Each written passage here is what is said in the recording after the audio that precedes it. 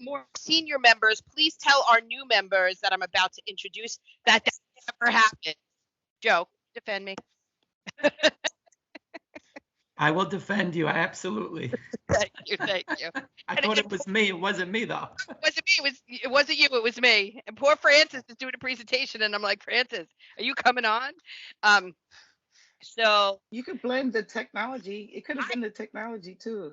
District 25 is a model of efficiency and organization. Yes. that's why I'm saying I have no idea how this could have happened. But you know what? We are such a model of efficiency that all of us are still here. So even with my breakdown in digital communication. So I do want to open the meeting by introducing two of our newest members of the DLT, and I want to give you a warm District 25 DLT welcome.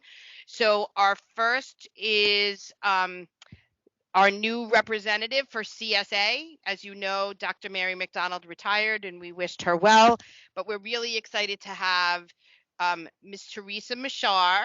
She is the principal of 185, Junior High School 185, and she is going to be our new CSA rep. So welcome, Teresa. We're happy to have you on the team.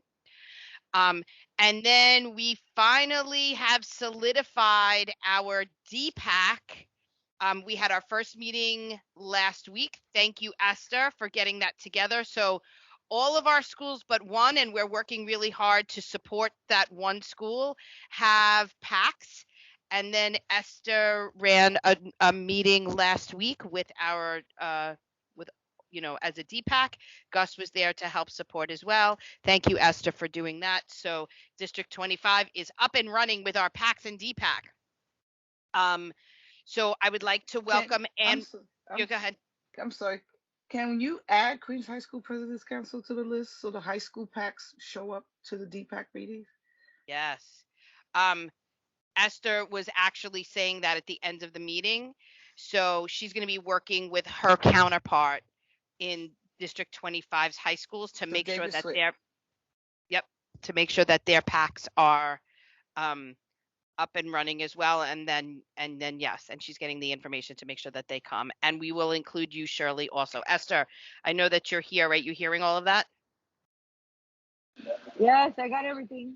All right, perfect. So just make sure that when you're sending DPAC stuff that Shirley gets it as well. So we're really excited. We had an election, and Anne Marie Knabel is our new DPAC rep. So welcome, Anne Marie. We're happy to have you here as part of our DLT.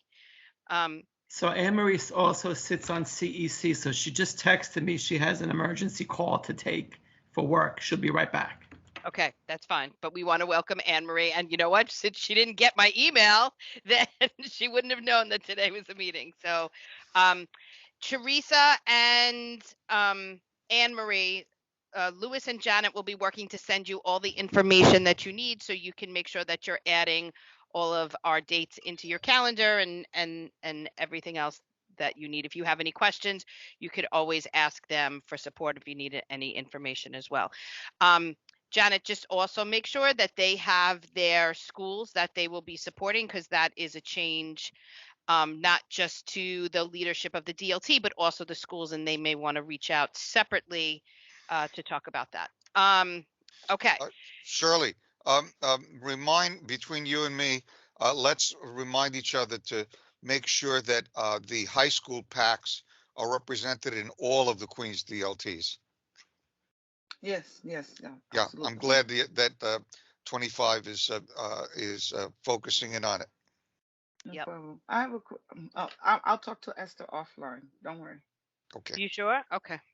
Yeah, because usually, because I think some of the PACs don't realize that the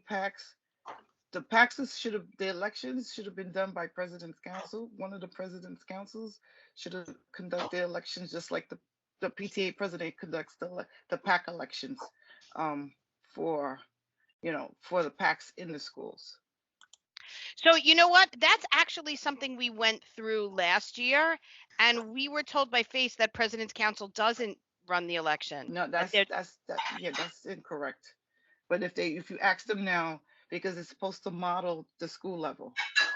If the PTA if President's Council can't do it, then just like the President's Council and the FLC will conduct the elections, but it's supposed to be President's Councils So doing so the elections Gus, for the yeah, PPACs. Gus, can Yeah. you look into that? Because what we were told last year by Face is that they are a completely separate entity, and that we actually have email, Shirley, that says President's Council can assist, but it is not a President's Council election. So No, can no, we it's not clarify that? President's Council elections. No, they chair the elections. That's something different. They chair the elections. They actually conduct the elections. They are not part of the PAC. So to keep what you call it, impartiality, Mm-hmm. the President's Councils conduct the elections just like the PTA president conduct the elections at the school PAC. Yeah, we Um, really need that clarified, Gus, because Yeah, that's not. if you can And send me yeah, an email, because, I want to make sure that I have the subtleties down, and I will forward it to the powers that be to yep. get a written I'm clarification. actually going to include the emails that we were sent when we asked Good. about that, That's what you because should I do. know Francis inquired about that last year, and we were told something totally different. So that's why Esther ran the election this year. oh no, which So is fine, but I'm just saying that was the intent. yep, That's why the technically is not in writing, and probably that's what the confusion is. yeah. In which they said they will add it, but the parents should be conducting the elections for the parents. But We should add that to the work that we're doing, because that's exactly where it lives, mhm, right? yeah, In terms of the DPAC in DLT, like, maybe yeah, we could see where that would fit. But yeah, guys, if you could clarify that, because I think Yeah, that's an important thing for just president's councils to know. just just send me an email, because I will. they only react to things in writing, Yep. and I want to make sure that it's carefully written so the question can be answered. And if they don't have written policy, now's the time to create one. yeah. Yep. Sharon will tell you that will be the intent, because initially, um, when the guidelines for the PAC came out and they said the initial elections is done by the PTA president, they were saying that the PTA president does the PAC elections all the time. And I'm like, that's not what the guideline says. So they Right. actually went back and reworded it and added that that's who does the elections. But the district level is supposed to mirror the school levels. And we had a conversation because this was raised up a couple of months ago, and they're supposed to add it into the guidelines. I don't know when they're going to do that, but technically it's not in the guidelines. So Okay. So I will get follow up and wording for that, because that would really adjust and change what we've done over the past 2 years. So, and it would be good for us to kind of put that in place.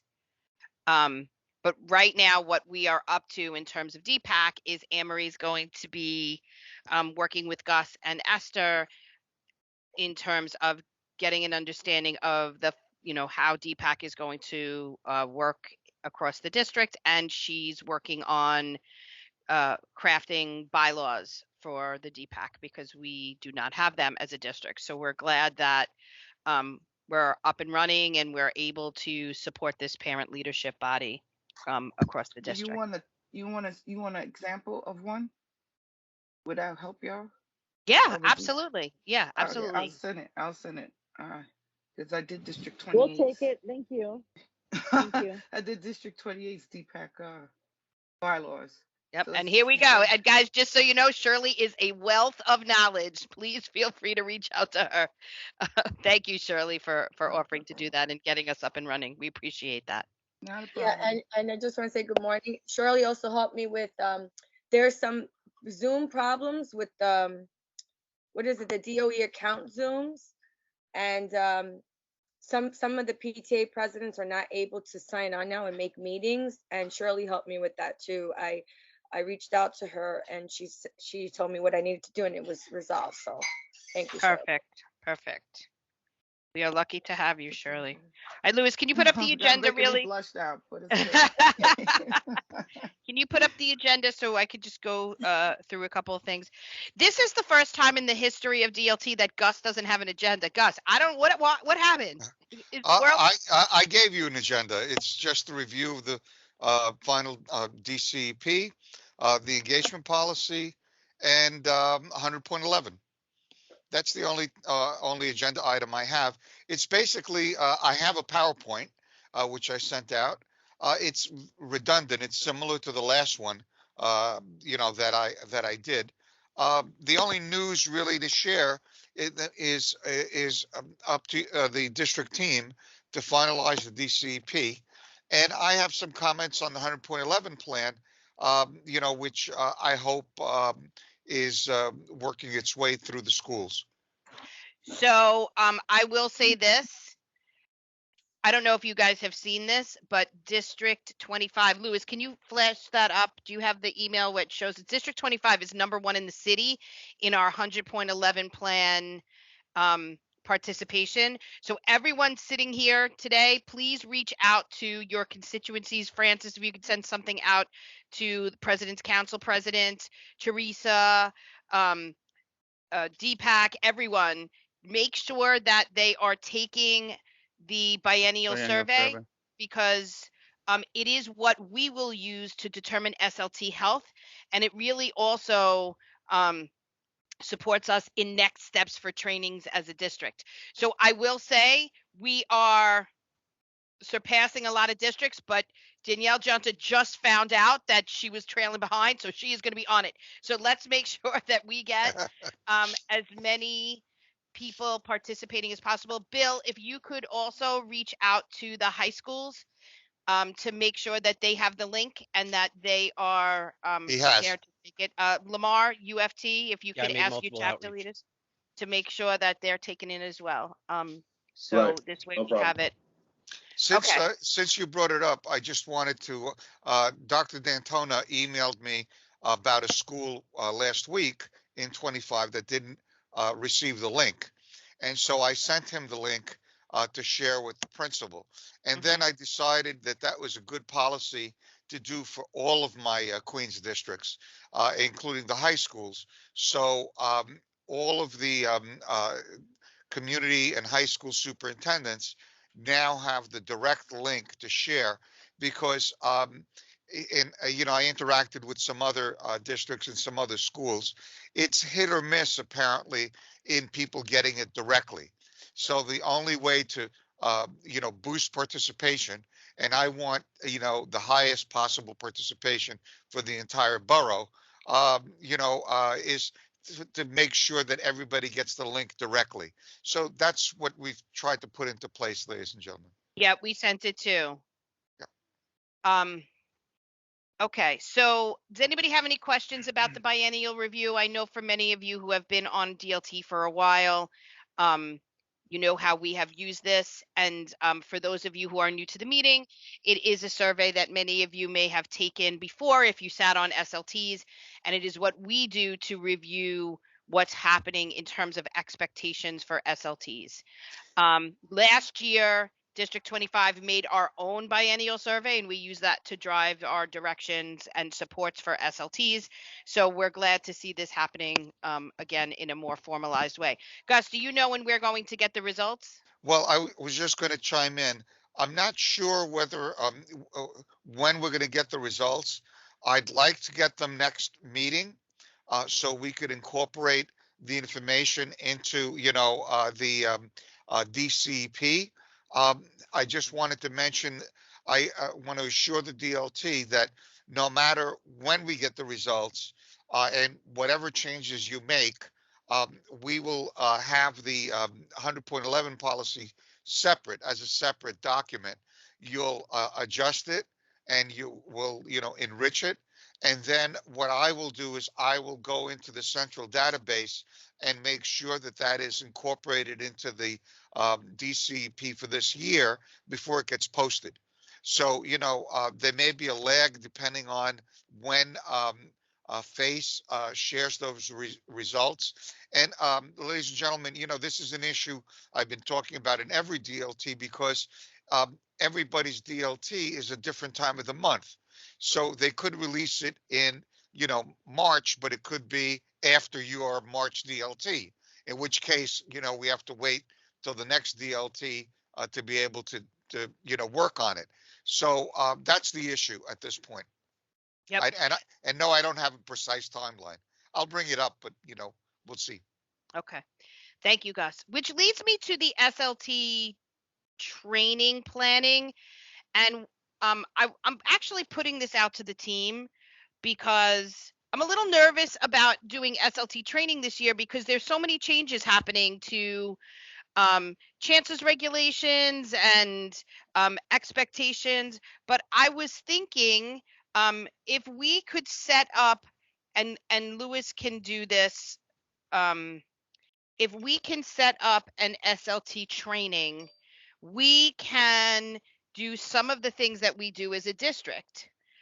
For example, I would really love for Dr. D'Antona to do a benchmarking piece where schools are supposed to be engaging in benchmarking right now and reorganizing their mid-year state of the school addresses. I would really like to do something with the borough and maybe through a parent perspective too around MTSS, because we're really starting to push that just in terms of parent understanding, parent communication, and parent knowledge. I don't know if there's something else that you would want us to do, but both Shirley and I are really seeing that some changes are being made to expectations of SLT. So I'm a little nervous to do a training if things are going to be different, but I want feedback from everybody. Shirley, what do you think based on what we're doing? Did we lose her? Oh, here she is. Unmute. Okay. Shirley, Wait, you're on mute. Yeah, you're muted, Shirley. So the computer's acting up because it keeps muting. Okay, so I think we should. Okay. Some of the other districts already had their training not too long ago, 30 and 26. They had their trainings already. And it's supposed to we're supposed to, as per 655, to have training. The SLT members are supposed to have 2-hour training every year. So I think but we could mention that changes are coming when we do the training, just to remind them of the basics of, what the purpose of the SLT, et cetera, et cetera. That's my opinion. So great. So does anybody else have any opinion around us doing the training?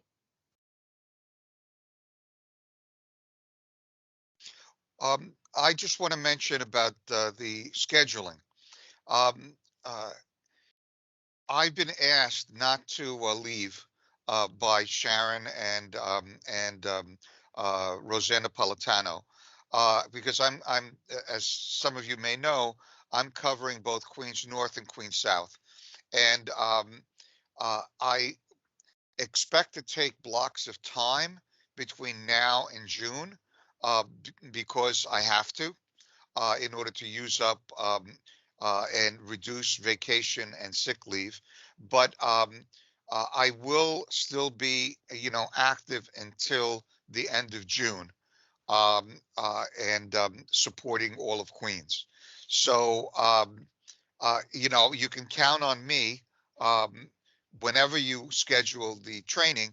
The only thing that I'll share with the superintendent is, try to avoid any time that I'm technically, on vacation.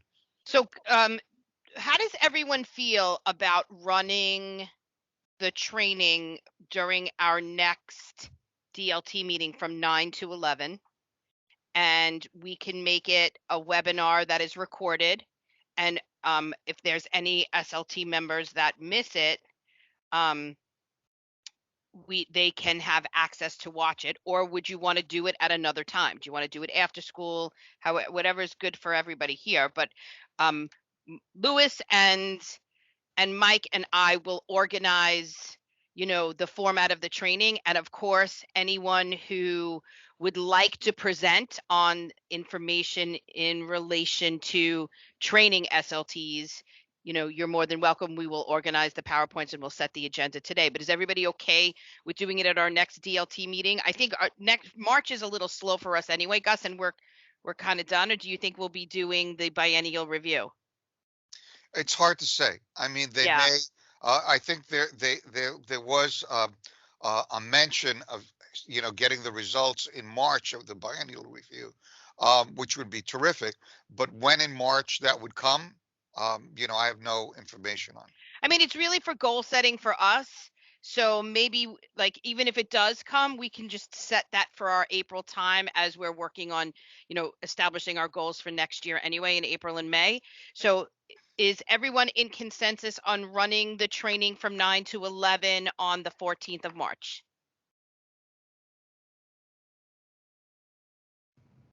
No Okay, Shirley. objection from me. Okay, great. Yeah, I say yes, Francis. Great.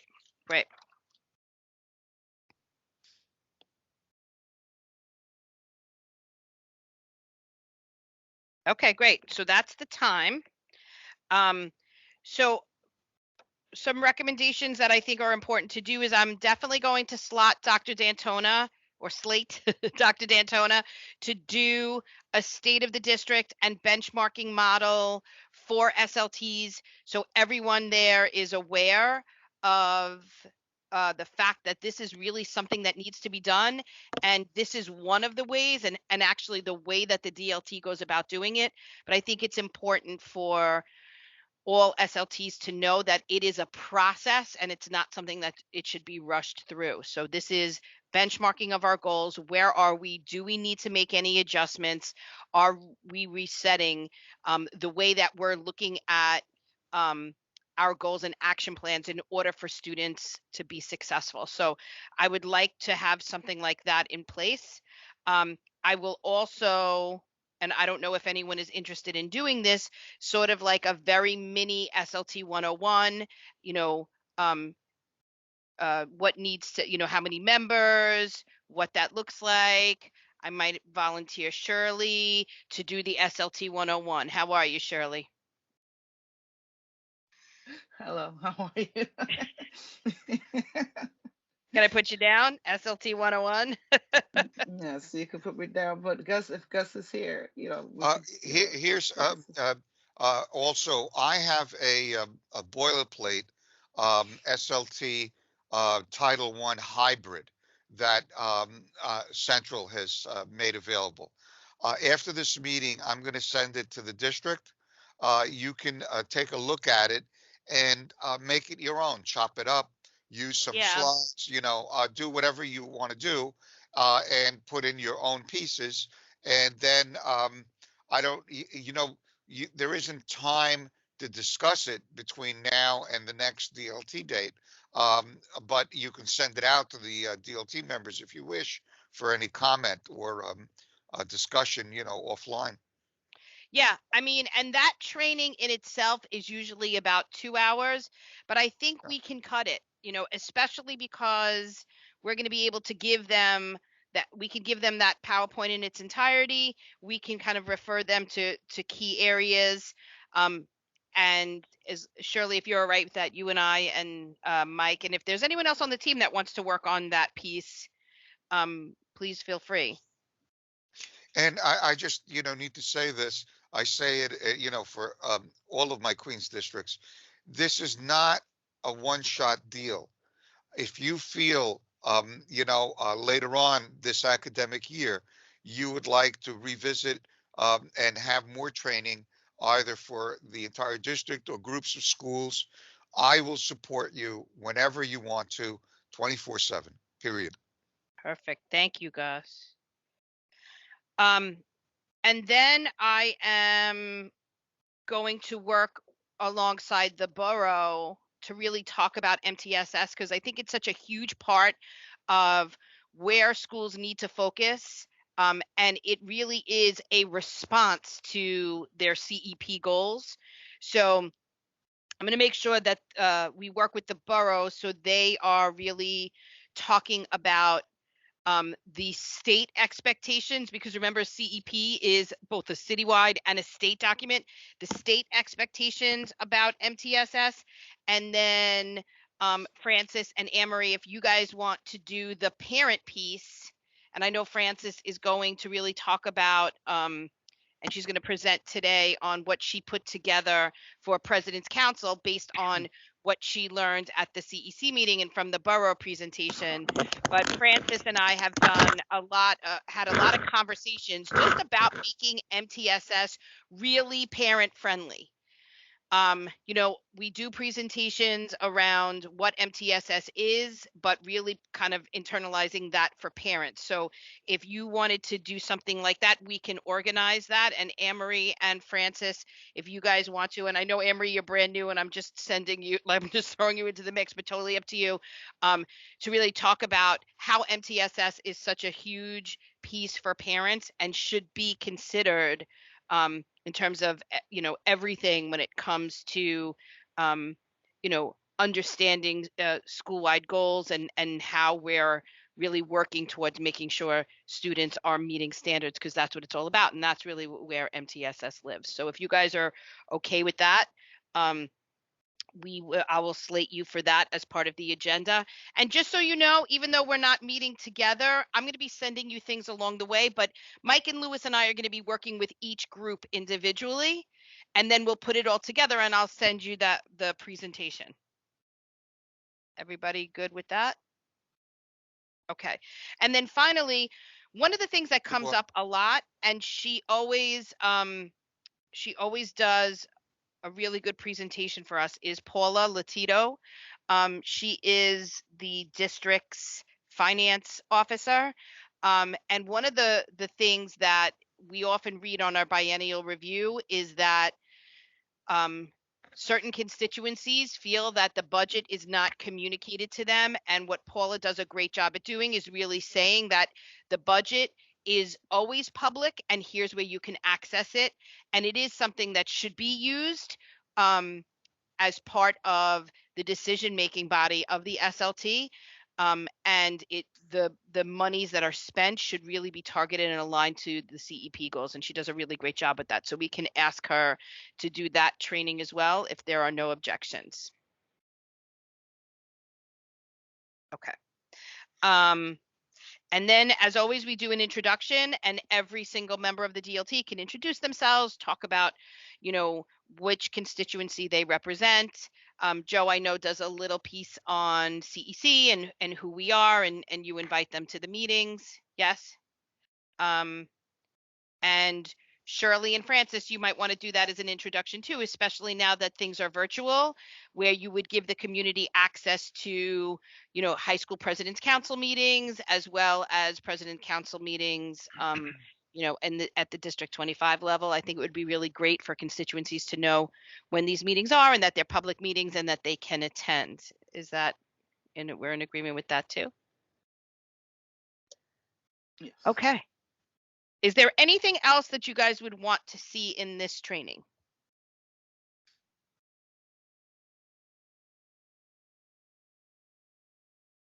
Okay. So Shirley, I'm going to have you and Gus as the co-presenters. As always, we invite Anthony from FACE to be part of our meetings every year. Hopefully he'll make it. But if not, I'll have Esther reach out to Anthony and give him the date. Esther, you see it's March 14th. And just ask him if he wants to be part of the training with us, because we always like to have our FACE be part of that work with us. Okay. All right. So that's good. So I'll set this up and we will send you things along the way. Lewis is going to set up individualized meetings with each group. And we'll get those PowerPoints together and running. And just so you guys know, once everything is handed in to us, all you really have to do is talk, and Lewis will control the technology that day, unless you want to manage it yourself. Totally up to you. So anybody that's doing any sort of presentations, even if it's just an introduction, please feel free to send us whatever you would like. And I'm also going to have Lewis make a slide of all of us with all of our faces. So please email Lewis a picture of yourself, your best picture. And if you don't, I'll find he will find one on the internet. So please so send choose it. wisely. So we'll do an introduction of the district, and then because we have our district website page, and then we'll include the DLT as part of that as well. And I think it's nice for them to put a face to a name in ways that we've never been able to do so. So I'm really excited about that as well. Okay. Any other questions about the training? I think it's good. We're going to do the flyer. Lewis is going to control all of the sign in. Most likely it's going to be a webinar, Lewis, right? Because we're going to have a lot of members. So, I hate doing webinars. It really feels like you're talking to yourself, but I think it's the best way to sort of get as many people as possible. Because I think we can get up to 1,000 people on a webinar, correct? Okay. Yes. There'll be opportunities for them to ask questions, and Lewis will monitor the chat. And then there'll be that Q&A time, but it's not like here where I'm seeing your faces. So, okay. Lewis, put the agenda up again because now I just lost. Can I make a suggestion for that training? Okay. Can we reach out to SLTs and ask them for like questions they have now so that we can kind of streamline it, you know what I mean? So that they're not asking at the meeting the same questions. I think if we have like about 10 main questions, then we can actually answer them before we open it up for Q&A. That will Yep. save time. We did that for our teacher tenure training that happened last week. So yes, absolutely. We can make that part of the sign up. All right, Lewis, you got that? Yeah, just gonna ask if you have any questions as an SLT member. Do you have any questions about SLT functioning or whatever that is? Yeah, well. Okay. And it's the event is during our meeting time. Mm-hmm. So 9 to 11. 11. Mm-hmm. The live webinar is 9 to 11, but it'll also be recorded. Yep. So, but one of the things that I would like for you to put in the email is, when you're introducing the flyer, is I know that an entire team may not be able to be there because of teacher coverages and whatever, but we want to make sure that the SLT chairperson is organizing that as many members as possible are on, right? So, we want at least 2 members from every team to be on. We want as many as possible, but at least 2. Someone from the team must attend. I will say District 25 schools, someone from the team must attend from my schools, whoever that person would be, just to be able to hear things and to support and make sure. But otherwise, the rest of the team can isolate some time to watch the webinar to receive their training. But that is something we'll make clear during the training, is that every SLT member, remember, it's 30 hours plus 2 hours of training. So whatever that looks like, there needs to be time set aside and documentation that they did participate in that training. So we'll make sure that that's clear to them as well. Okay. So next is the state of the district. I'm going to turn it over to Dr. D'Antona. He's going to talk you through the analysis that we have done as a district for the beginning of year, middle of year, and align that to our goals and our thinking. And this is actually a similar presentation that I want him to do for our SLT training. So I want you to watch it through that lens. And then give him any feedback that you would want to see him sort of adjust as he plans for the March 14th training. So take it away, Dr. Mike. Sure. Hi, everyone. So there's a couple of layers to this. So what you'll see in the Google Slides is a portion of what an SLT should be doing. I'm going to show you 2 different documents. One that is actually in process that we're doing right now as a district. And the other one is just giving you a snapshot for the DLT in terms of key points aligned directly to the goals. So I'm going to show you one of them just very quickly so that you can get a little bit of context. So part of my own thinking at the district level is establishing a tool that allows me to kind of organize thinking in a way that we can review our goals as a whole. So goals, typically, you connect them to percentages and then you can look at percentages.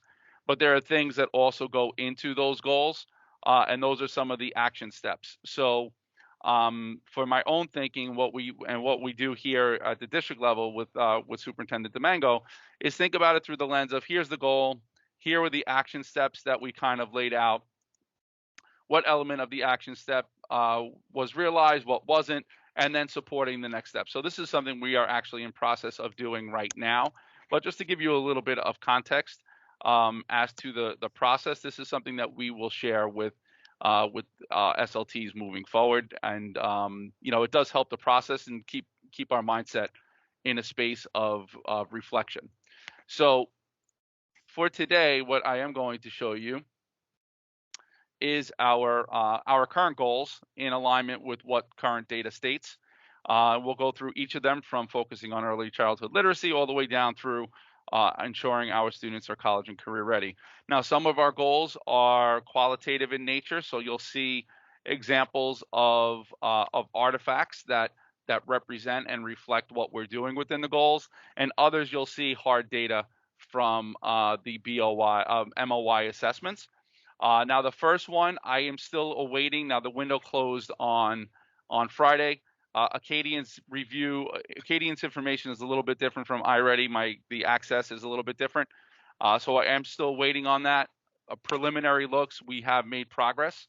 But I will share that as soon as I have all of that data collected and gathered for Acadians. But in general, when we look at what I do have access to is the iReady at this time. So when we look at the iReady data, now Acadians, just to give you a little bit more context, Acadians is for early childhood, so for children in K to 2. This data that you're looking at here is for children in grades 3 to 8. We have seen a 10% change in students performing on or above grade level, and an 8% change in students performing 2 or more grade levels below. So we are seeing a positive trend in terms of overall performance for children from beginning of year to now. For our Black and Hispanic populations, which are two subgroups that two of the 3 subgroups that we have been significantly focused on this year, there's been a 7% change from fall to winter at this time.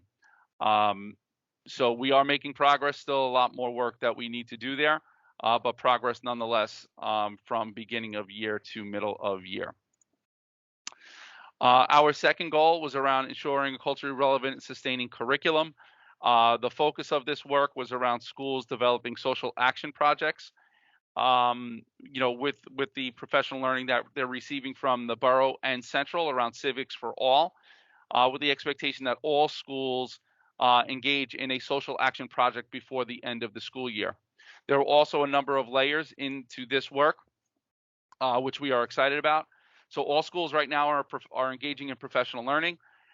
We do have a brief example of every single school. Participating school had an opportunity to participate in Project Soapbox. So we have some examples of some of those soapbox presentations. We had 2 participants that were identified for the citywide Project Soapbox. Oh, hold on. I think you probably won't be able to hear that. Hold on one second. I have to share my audio.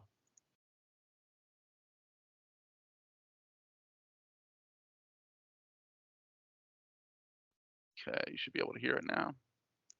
But this is a student from one of our elementary schools who participated in Project Soapbox. I am Adix Hassan, and I am talking about the big issue of food waste in schools. In the whole world, 530,000 tons of food is wasted, and some people don't even have anything to eat. Do you know how much schools waste in food every day? In 1 year, 39.2 tons of foods are wasted in schools. Imagine how much milk that can be. And if that much food was wasted, then guess how much money is wasted?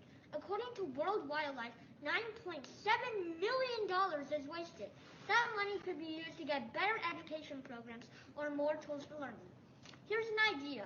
When schools give out breakfast, kids should fill out a form if they want it, because if they give classes 10 breakfasts but only 7 people eat it, then 3 breakfasts would be thrown out. That might seem like only a little bit of food, but imagine that every class has that same problem. So multiply 3 by every class in the school, and then multiply that by every school in the district. Now Now that is a lot of food wasted. And there comes lunchtime. According to our lunch aid, all the foods that kids do not eat for breakfast gets thrown out. If we get better food, kids will eat a lot more than they do now. This will make kids more active during the school day. And how do we get better lunch, you ask? You might contact the superintendent or write a letter to your principal. So I think we should buy better schools, better food for schools. Thank you for listening.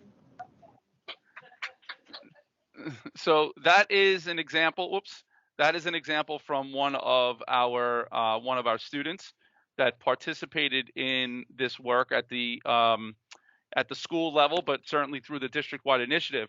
And one of our other students, so he was one that was identified to participate in the citywide Project Soapbox celebration. And another student that was also in this was actually mentioned in the Queen's Chronicle. So the work that we're starting, and this is a student from a seventh grader from IS 25, who was specifically focused on the flooding scenario that happened during Hurricane Ida in September. And he cited and was requesting that the local electeds and the electeds at at the mayor's office consider how they're going to use their funds in order to address the sewage issues that occur in the Queens neighborhood. So this is the type of work that we're looking to get accomplished through the Civics for All curriculum. It is underway, and we're super excited about it. Another element in regards to this, all of our middle schools, or scratch that, I shouldn't have said middle schools, all of our schools with 6th to 8th grade students are receiving $2,700 in terms of participatory budgets, where children in those grades are having an opportunity to collaborate and make decisions for the work that they are doing or planning to do in terms of a social action project. So this is really exciting stuff. It is in process, and we're looking forward to seeing these social action projects come to life between now and the end of the school year. So more information to follow. This is just a quick snapshot in terms of where the kids currently are. Developing our students as digital citizens. Again, this is exciting work. This is in regards to our professional learning with Apple. So the goal in terms of this work is that all schools develop authentic learning tasks for our kids inside of their classrooms. And what that means is, each of our buildings that are participating in this work, and that's all of our district schools, are looking at their tasks through this lens. So on the left-hand side, this is what they call the SAMR model. And the SAMR model is really about how we're looking critically at our tasks to embed technology within it. And on the horizontal axis, you're looking at acquisition, meaning making, and transfer. So as our schools are looking through their tasks, they're looking at it through the lens of how do we move from point A, if our tasks are really acquisition, fact-based, to getting to a space of transfer where kids are engaging in an authentic type of learning experience, which is around the vision of our district focus around empowering learners. With that being said, these are some of the projects that are starting to occur inside of our schools. For example, 169 is in the process of having their school, the addition added, which would include their schoolyard being redone. As part of that, the school created a project for their kids while they were learning in their perimeter and area unit to design what their schoolyard would look like, so that there were proposals sent to the principal for the design of their schoolyard. So this type of learning, what's interesting what is terrific about this work is that our kids are getting so excited that one of the children during my visit said to me, "Are you trying to trick us with this? Because this is just so much fun." So the idea that they're connecting the mathematics to what's going on in a way where they're having some kind of an impact themselves as learners is what we want to see. Another example of that was in a third grade class, set of classes at PS 242. The children are in a persuasive writing unit, and as part of that unit of study, they decided to organize to save the gorillas that are currently becoming endangered due to the volume of them that are being killed.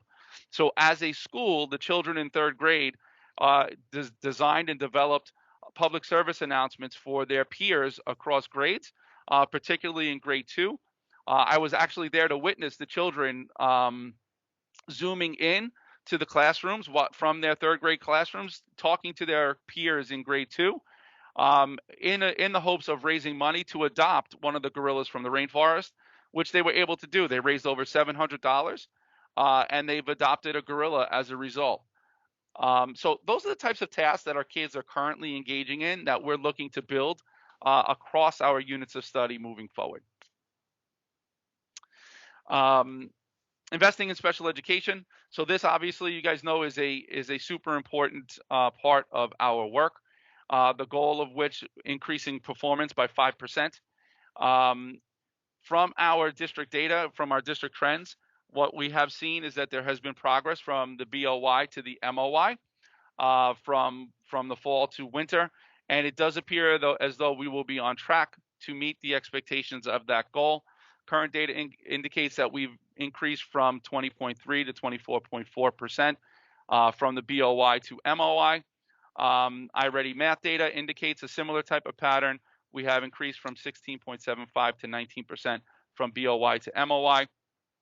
All schools are in process within the context of their MTSS program, inclusive of things like LLI, Spire, Great Leaps, Foundations, and so on. So our schools are using a variety of tools to support our children in improving outcomes. We have seen some positive changes to this point. Providing greater support for our multilingual learners. This is a new goal, guys. This is the one that we talked about during our last session.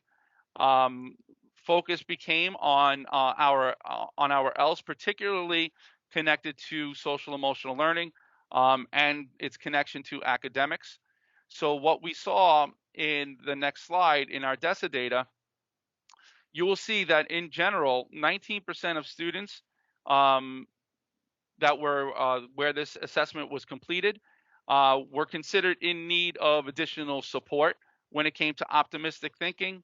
16% of students in terms of goal-directed behavior, which are two areas that our counselors have identified as in need, which correlate very much to self-awareness and self-management. So there's basically 4 areas that are connected to those particular areas, to optimistic thinking and goal-directed behavior.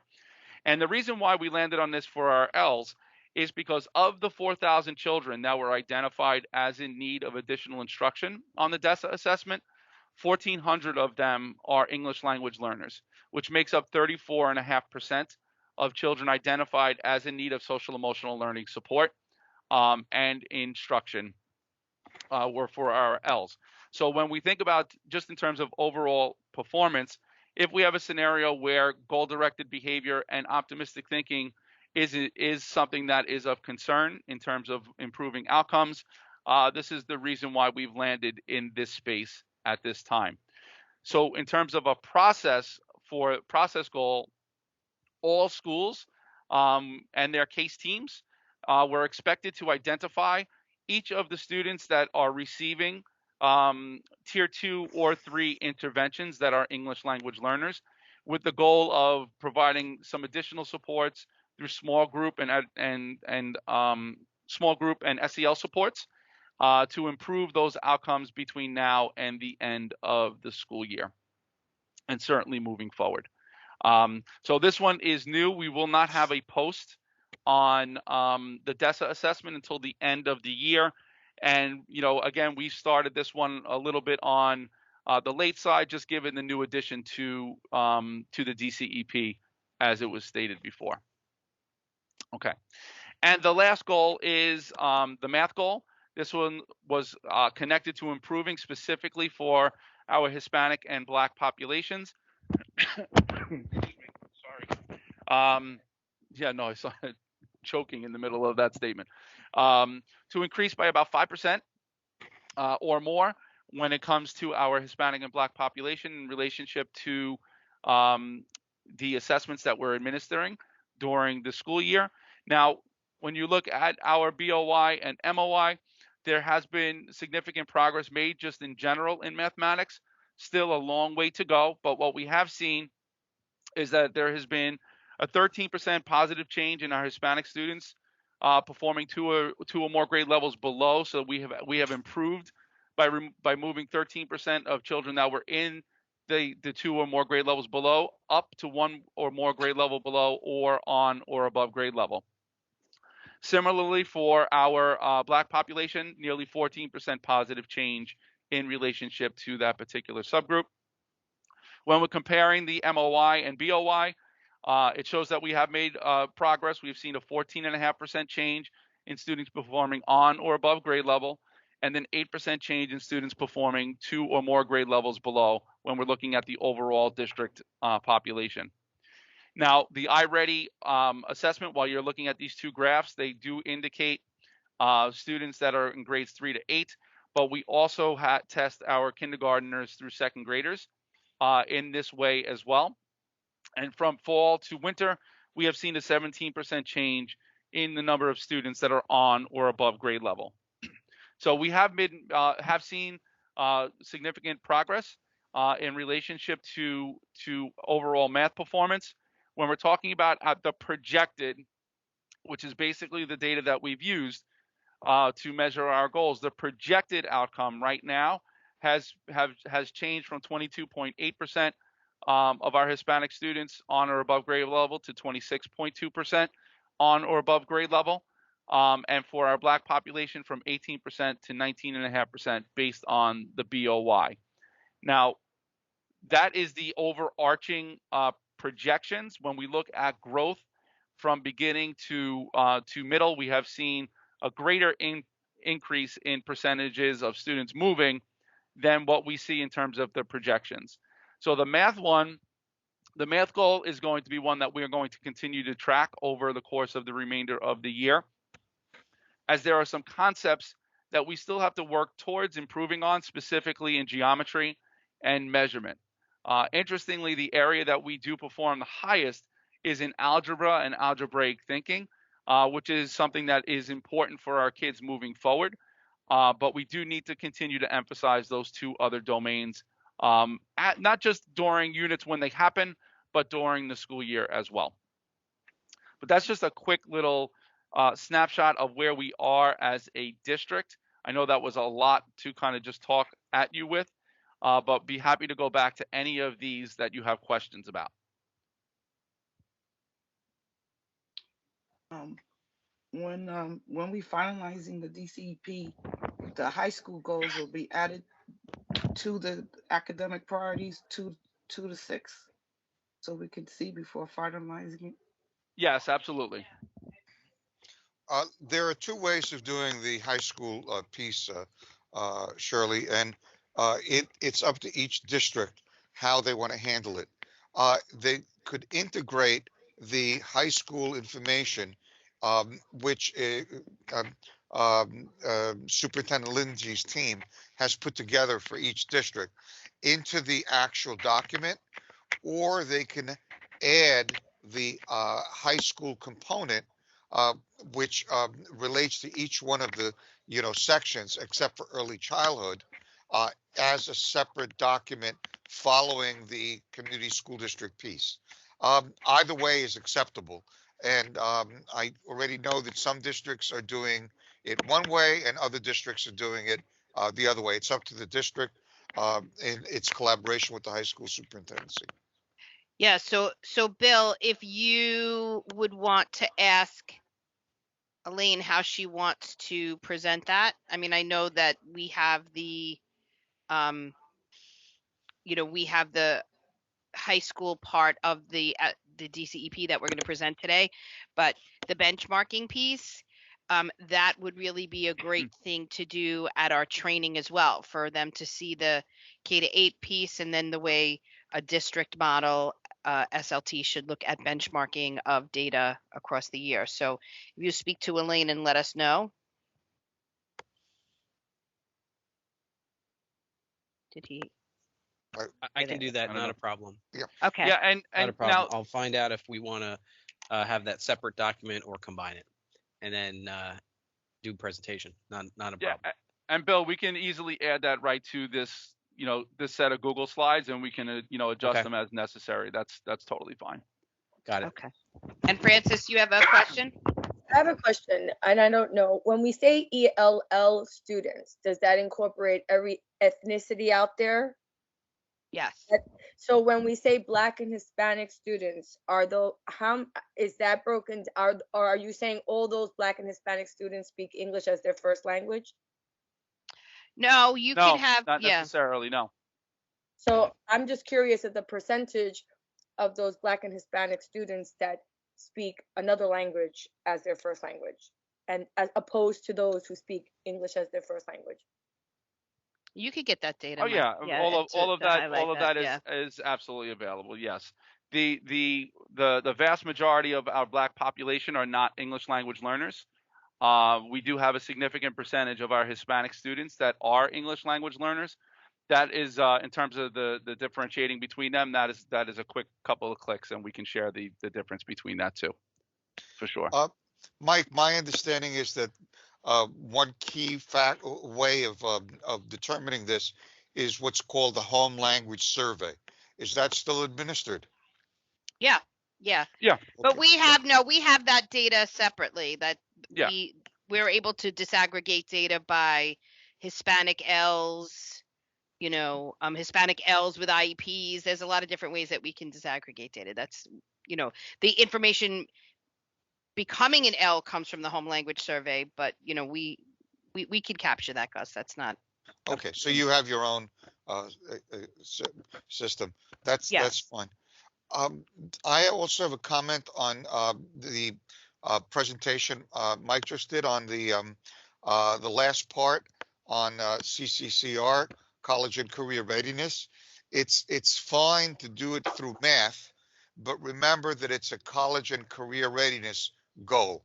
So it should be tied to college and career readiness, either in the action plan or in some sense. I'll leave it up to you how you want to do it. It's just, remember, it's not a math, category. It's a CCCR category.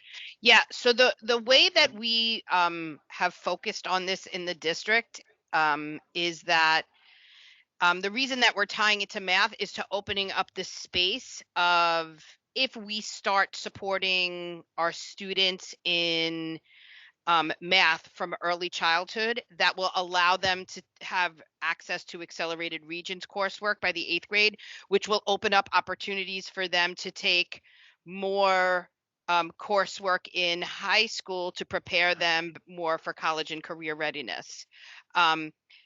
The issue is that some of the gaps that we're seeing in the district in math is that there are certain elements outside of our schools that compensate for building mathematical thinking and mathematical knowledge in certain categories and subgroups of students that other students don't have access to, which is actually limiting their abilities for college and career readiness. So that's where the math focus is, just in terms of how we can provide more of our students access to the sciences and careers in the sciences. That we have a lot of kids that are going through high school that don't have the learning to be able to participate in those careers. So that's really where our math focus is coming from. I don't know if we're articulating that.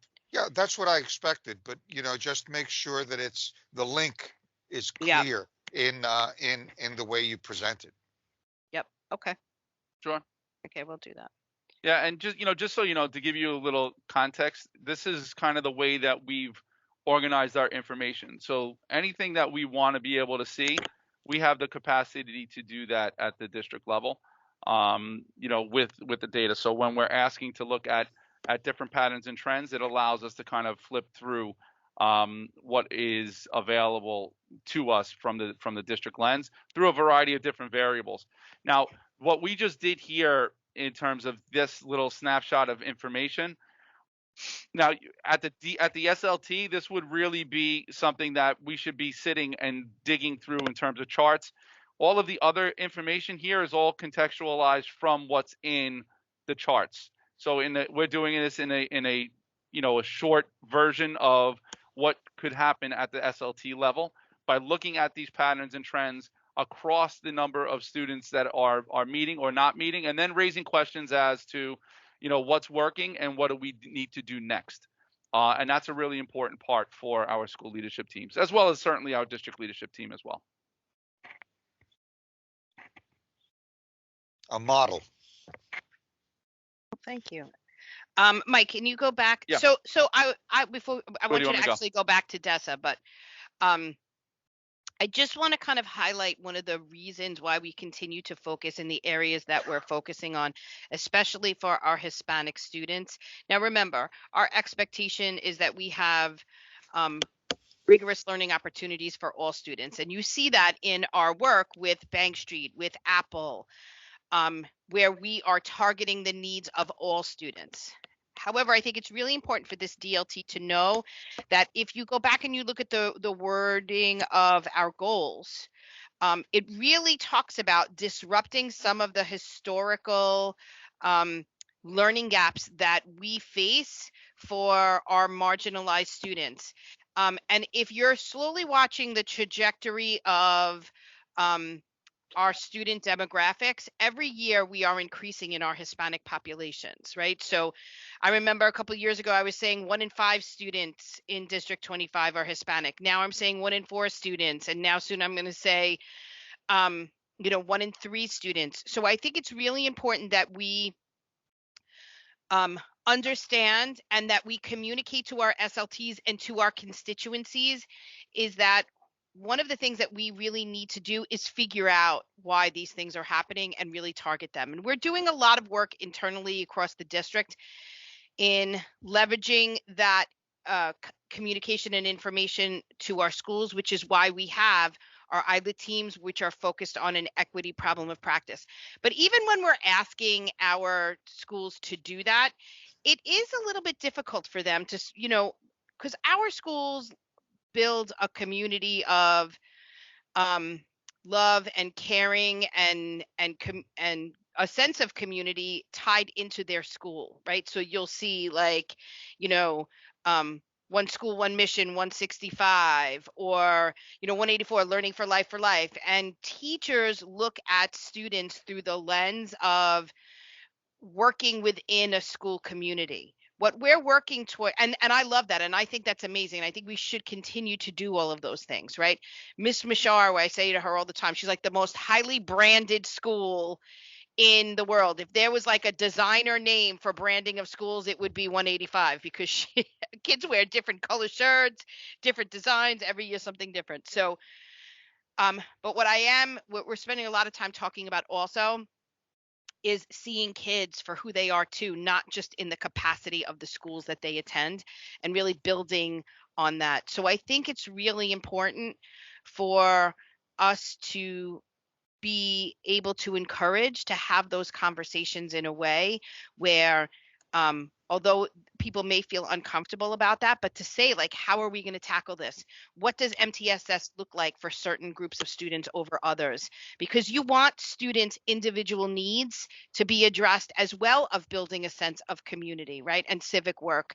So that's why you see us balancing both, right? We have civics for all, we have algebra for all, we have a lot of things for all, but then we also want our schools to see kids individually to move them along that trajectory. DESA ratings, I want you guys as parent leaders and just as leaders in this work, I know a lot of our schools are using DESA ratings in communications around some of the SEL supports that schools are working towards, such as responsibility and ownership of your learning, such as self-esteem, just a lot of different categories that self-management, building relationships. But I also think it's really important for us to understand where this data comes from, and if there's other places that we can encourage the schools that we work in to look at other data sets. So I've spent a lot of time talking to principals and teachers just around where we were mentally returning from a pandemic and how we were organizing our schools and living in a different space.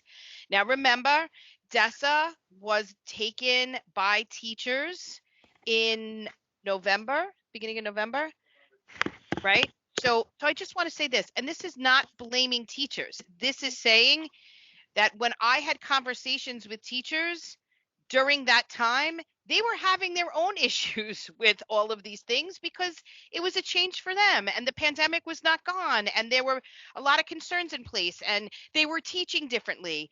You know, you had kids in rows now wearing masks and there was just a lot of different things happening. So I want you guys to see DESA as just one perspective and one model of what was happening in schools at that time. And if you're sitting in an SLT meeting, to maybe speak to the chapter leader and say, like, do you guys think, you know, let's talk about like where you guys were and what your mental models were um, during this time when you guys took this, and does everybody have a true understanding of what, you know, relation, what all these mean? Because the DESA was, and I'm going to be honest, it was a rushed assessment, right? So I want us to really start saying, you know, data is used for data's sake to help us gauge some of the other things that we're going to start to look at, which is why we talk about seeing kids and knowing students well.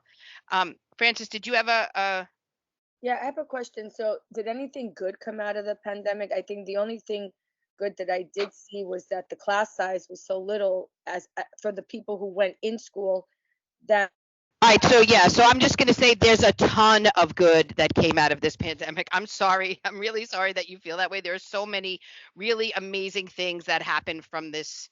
Yeah, Um, I don't know if she's still yeah, there or not. but I think she's muted. But I'll just give you a couple of things. First of all, our teachers' use of technology has become transformational, right? You go into classrooms and you just see teachers have really embraced technology in a way that they never have before. Social emotional learning. Me talking about a DESA. Can you get me off the screen? I can't look at myself. Me talking about a DESA Oh, survey. I can't look at myself talk. Me talking about a DESA survey is one point, but I can tell you that our schools have really worked hard around SEL and making sure that our students' needs are met. Um, I think there's been a lot of creativity in how to transform what um, student discussion and talk looks like. There's a lot more emphasis placed on that to make sure that students have those connections. I just think principal organization and communication to parents is something that I hear all the time. That because technology has been such a huge part of them managing and leading their schools, technologies to parents, I mean, communication to parents through technology has improved. So there's a lot of things that I think we have captured as a district just in the work that we've done. And we know that the pandemic was really a challenging time for all of us, but I do believe that our you know, our growth as a district has been monumental. So, Teresa, I don't know if I know I'm putting you on the spot, but I don't know if you want to add anything to what I'm saying, or Mike or Lamar.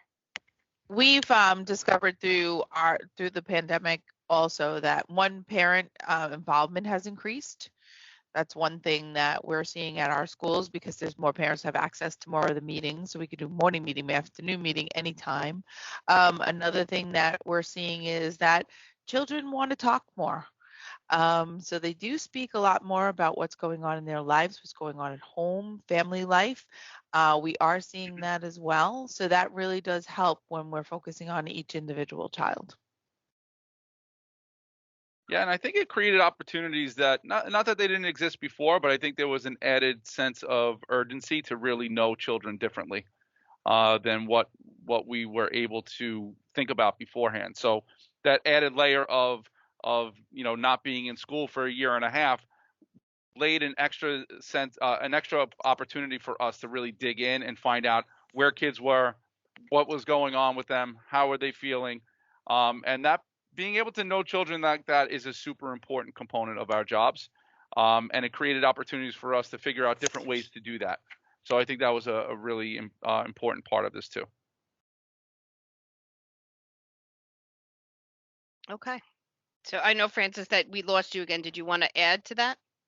No, I was just curious because I know that a lot of kids, because of the class size was so reduced, they did much better, and now they're back to normal class sizes. So I was just wondering what the drop was from that. So I don't think we've looked at data from that perspective in terms of the small class size and in terms of learning. That's not something that we looked at. But I do know is that there has been conversations about reducing class size in general. I know that that's something that the DOE is planning for. I also know you're never going to get class sizes like that, though. That's just not sustainable. Or I know that there were some schools that had, 8 or 9 kids in a class. That you're not, we won't return to that. But I do believe that in conversation that I am in, a lot of talk about expansion of our district is leading to reduction in class size. So it is something that they're aiming towards. Okay.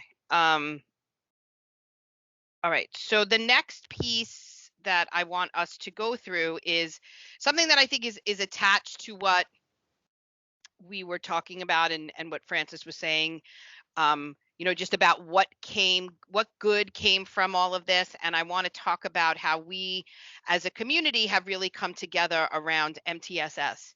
So I think it is coincidental, but pleasurably coincidental that Anne-Marie is part of the DLT, because I would have celebrated her either way in terms of the work that I have done with our CEC. So Anne-Marie is a member of our CEC. You're the first vice president, Anne-Marie. Treasurer, what are you?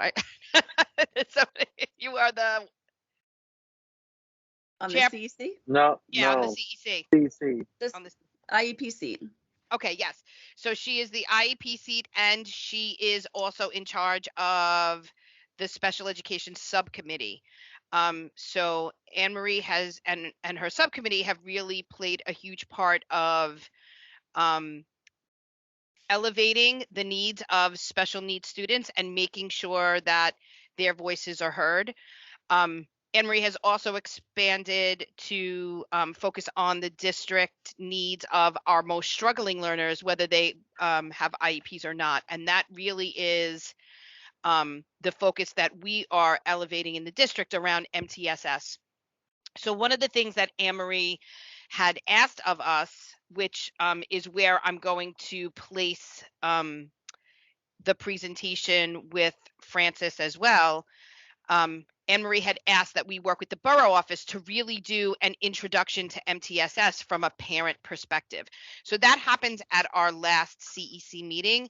But one of the concerns that she was saying is that a lot of parents come to her where their students are struggling coming out of the pandemic or just struggling in general academically, and parents don't know the outlets and the supports that are in schools that would enable them to get supports either in the classroom or in small pull-out situations prior to requesting evaluations.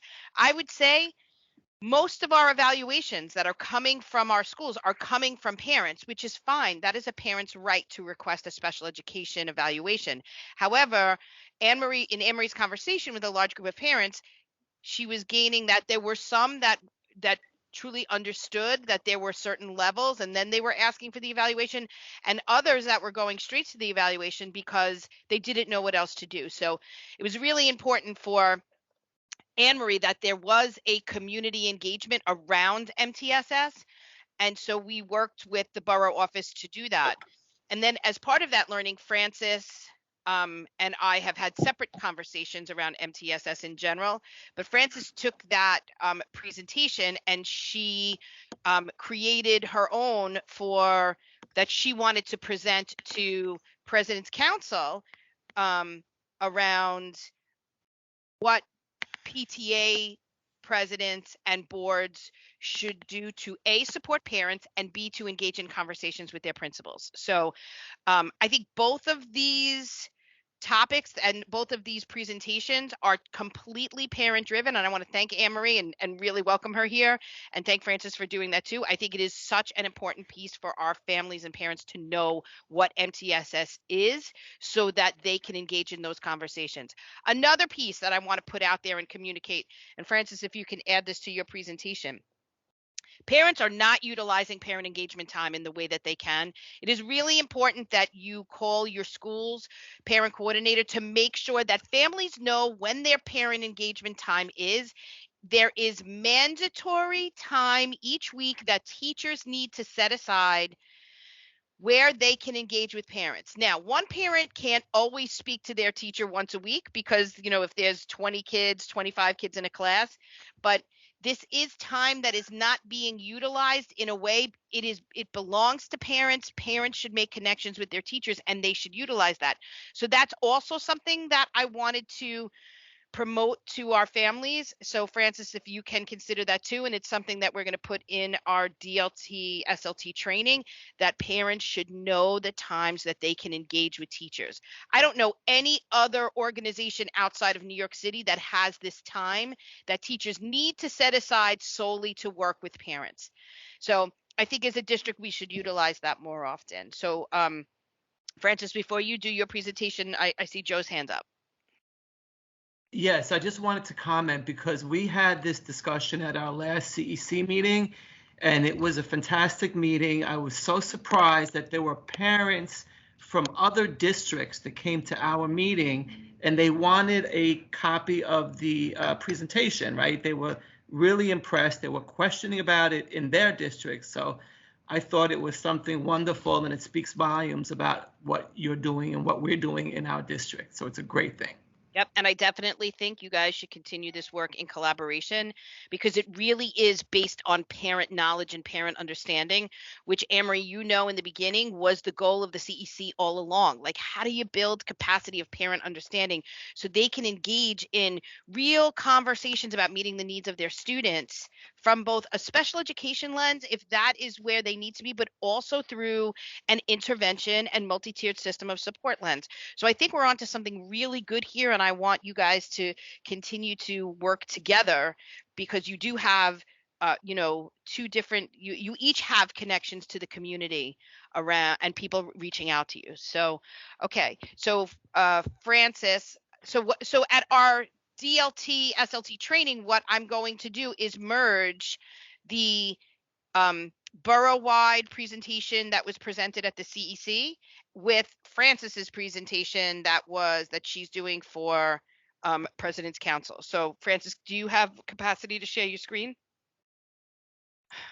Okay, agenda. So now Gus, just very quickly, I know I have to provision Anne Marie and Teresa, but You don't have to provision them right now. In the past, you had to provision them for DCEP. DCEP now is being done offline. Okay. So it's a Word document, and it'll get publicly posted on the iPlan site. So you don't have to provision them right now. That may change next academic year, but right now it's not necessary. All right. So following Francis's presentation, I'm not going to go through the entire DCEP. We're just going to we're going to add the high school, and high school will go through, what they added. And we will make sure that it is one complete document, and then we'll forward it to everyone as long as that's okay, Gus. I mean, I think we've really unpacked the DCEP for months, right? Let me just remind you the procedure.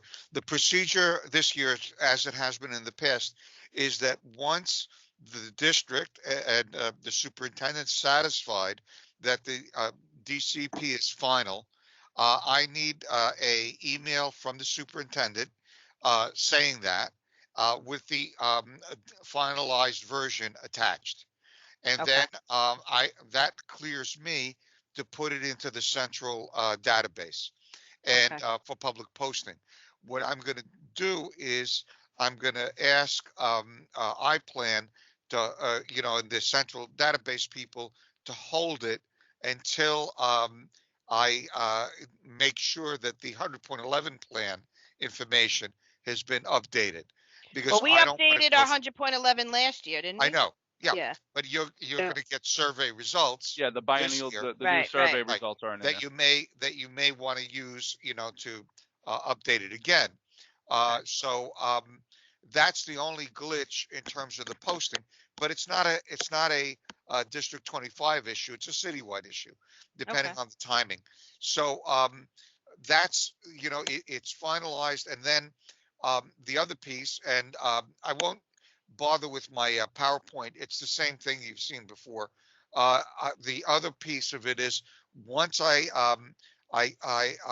get information, whether it's the email on the finalized version or you just tell me by the end of the month that it's finalized, then I'll send out DocuSign for the DLT signatures. And Okay. that's going to be a whole procedure. You remember from last year, what happens is that um, everyone will get an I email just from got me. shut off. I don't know what I think we happened. all did. Yeah. Oh, we all lost it. Yeah. Oh, Okay. okay. Can you hear me now? Yeah. Yep. Am I back? Okay. You will all get an email from me asking you to, use the drop down and sign as a DLT member.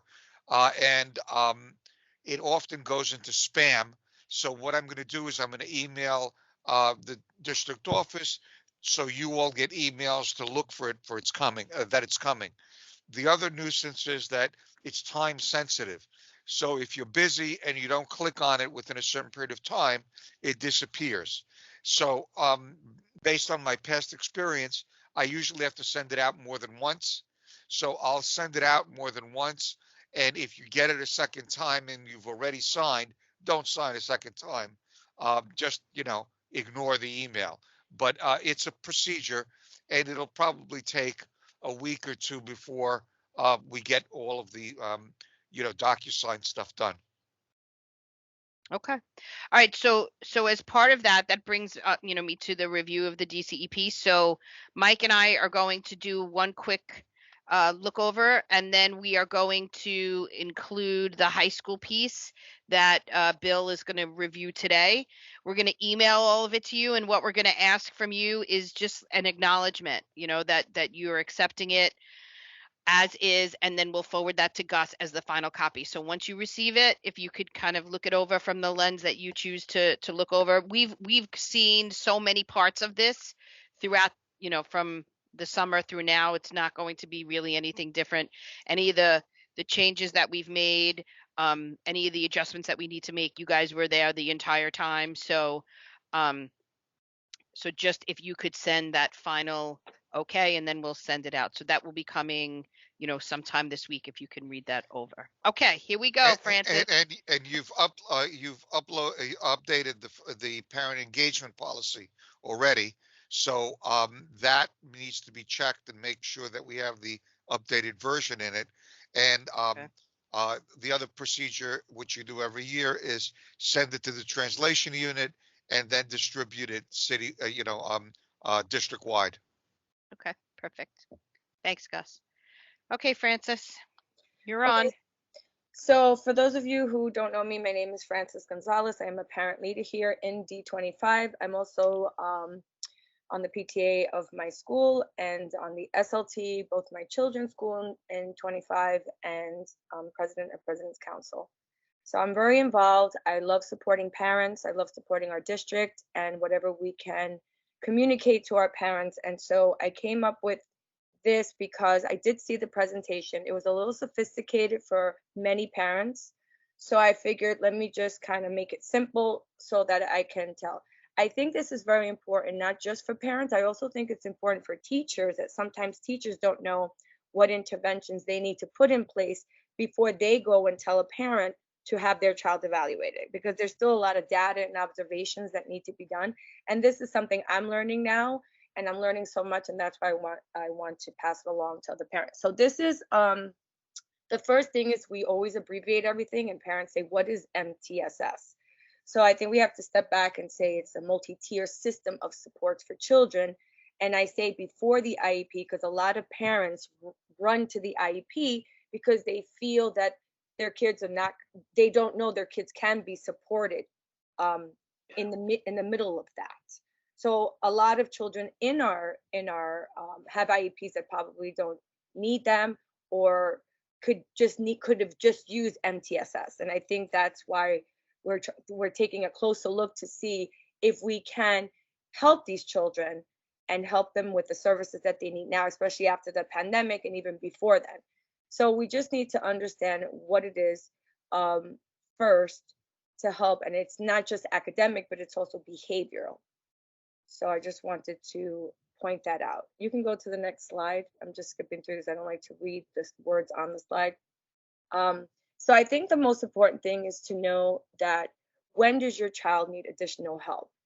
And obviously children who can't work independently, I allow my child to work independently, and then I come in to kind of fill in the gaps to see what they needed help with.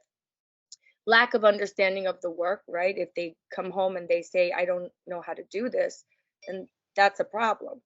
Loss of interest and focus. If you hear complaints about the teacher saying that your child is not focusing in class, or they themselves see it, work that's incomplete, confidence in the classroom, they're not raising their hands because they don't feel confident in saying an answer, feeling anxiety due to the work, or maybe test, they know the test is coming up, a drop in grades, a drop in performance, a teacher sending you, communicating with you that your child is in need of support, any type of behavioral problems in school, difficulty sleeping at home, and of course, lack of eating. I think it's important for parents to know what to look for, and to see when it becomes a problem. You can go to the next screen, Lewis.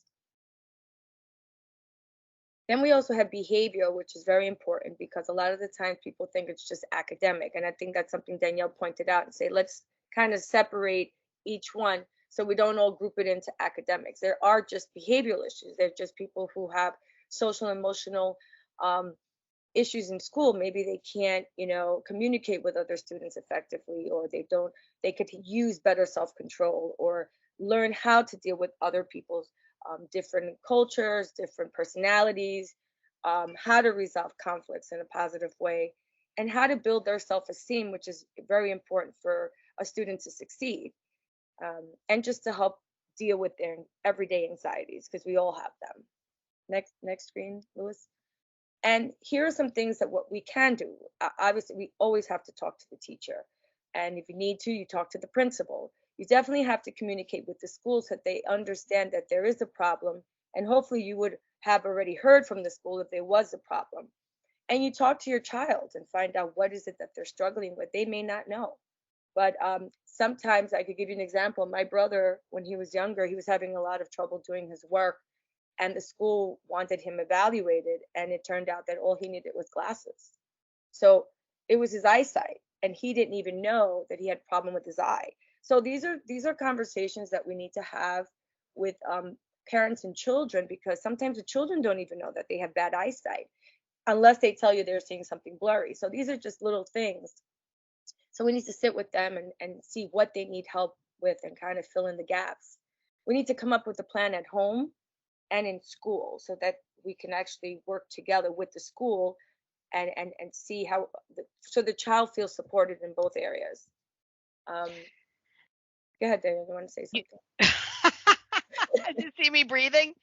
But you mentioned two things that I think are really good, and I'm glad we're seeing this today for clarity. So the first is, SEL, social emotional learning, and social emotional needs. And we know that there is that connection to SEL and academics. But if a child, let's just say, is going through something where SEL support is necessary, that falls under MTSS, right? Remember, it's not just academics, that multi-tiered system of support. So parents should also know that as part of their conversations with schools should be like, it's not that he's suffering academically, it's that social emotional piece, or making that connection to school that is important. So that I think we should highlight. The second thing that I think is important to highlight also for parents is that every school may approach MTSS in a different way. And one of the conversations that I've had with my principals is that it's really important that they make that clear to parents. Because if I'm talking to you and my child goes to, PS 184 and your child goes to, PS 20, that's just because PS 20 is not using the same tool as 184 doesn't mean that they're not doing MTSS. So I think that's really important if we are doing different types of intervention programs, such as LLI or Aspire or Additional Foundations or Wilson or whatever a school is doing, that they communicate that to parents and know that it's okay for schools to have different tier 2 and 3 RTI programs. And each individual teacher also may do different tier 1 things within the classroom to support student learning. And it's important that teachers are really communicating that with parents to say, like, Francis, your daughter Danielle has this, and here's what I do in the class to support her, right? Okay, so go ahead. Sorry. So like in this slide, for example, it talks about tier 1. As a parent, I don't know exactly what the teacher would do in tier 1, but I can know that it's an instructional for the whole classroom. So I think this is a great conversation for a parent to say, ask the teacher, what are you doing in tier 1, right? Because then you'll kind of get an idea, because we don't know what's happening in tier 1. We just so I can give you some examples. Now, remember, tier 1 are additional supports, right? So what does a teacher do in the classroom for a struggling learner, right? So do you have graphic organizers, sentence starters, paper choices? Do you do different grouping and seating arrangements? And that is always based on, I always said in the beginning of the year to teachers, like, you got to put my son in the front of the room. Like, if you put him in the back of the room, he's gone. So like those are all different kinds of things that a teacher may do. Sometimes it's just redirection, right? Where a teacher may tap on a student's desk or being in close proximity of a student to get them to pay attention. All of those are examples of tier 1 things that teachers do, and they do them all the time. But specifically, what is the teacher doing for your child is part of the conversation in tier 1. Like, what specifically are you doing for Danielle in the classroom because she needs that? It's important for you to know that. So as you're working with your child at home to say, like, can I see your sentence starters? If it is executive functioning, like, did you write your homework down in your calendar? Whatever it is, it's important for teachers and families to have that communication. Okay, sorry. Anne-Marie, you had your hand up. I think I apologize. I did get a phone call from my job when you were speaking, and I came back to the counseling slide, and I missed what you said to preface that slide. So which one? Which slide? The counseling, the one that was labeled one. counseling. That one. No, the behavior. Yep. I think Danielle mentioned that it could be anything that maybe doesn't have to do anything with academic, just something with social emotional, maybe something happening at home or something that they're going through, or just something that's happening in school. Can you flip Louis, go to the counseling slide, Louis, the one about behavior. Yep. Okay. That's it. Go ahead. So it just, for this piece, looking at this, it sounds like counseling would be part of the normal day. And if I'm not mistaken, counseling would have to be on an IEP. You wouldn't just get counseling, a counseling service without it being right. No, so what you're talking about is but this is Anne-Marie, that's not correct. Yeah. So there's support counseling that's not just IEP mandated. Okay. So yeah.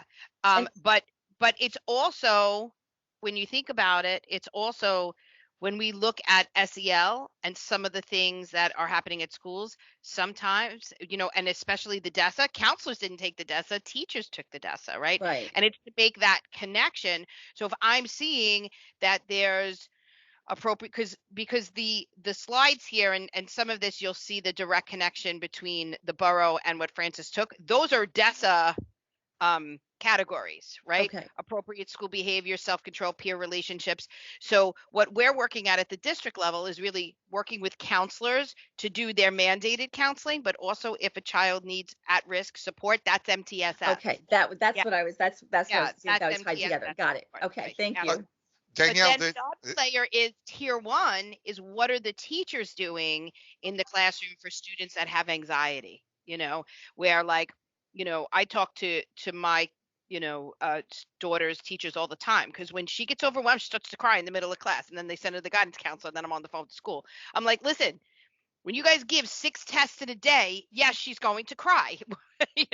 So what is something that we can do for kids that get anxious during tests? And that is training for teachers that we're doing with our principals and guidance counselors to better support teachers in the classroom for tier 1 social emotional supports. So just as a Right. parent, looking at the word counseling, I think that that's such a heavy word. And I think maybe putting something next to it that says,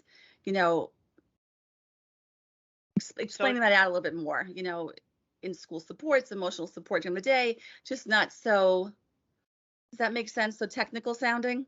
Yeah, so say like counseling and in-school support. Right. It just seems scary to say counseling. A lot of parents don't like to hear their child needs counseling. No, but we have a guidance counselor. So we use I the word understand that. counselor, so I'm just looking at it from the perspective of making it parent friendly. If that's the goal, it's just a suggestion that it maybe need a little bit more a softening. Yeah, I get it. I get it.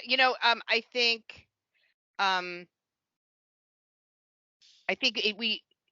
it's important that we're clear to parents that MTSS social emotional supports could include counseling, but don't necessarily, like a guidance counselor doesn't do all social emotional supports. It's not, I get it.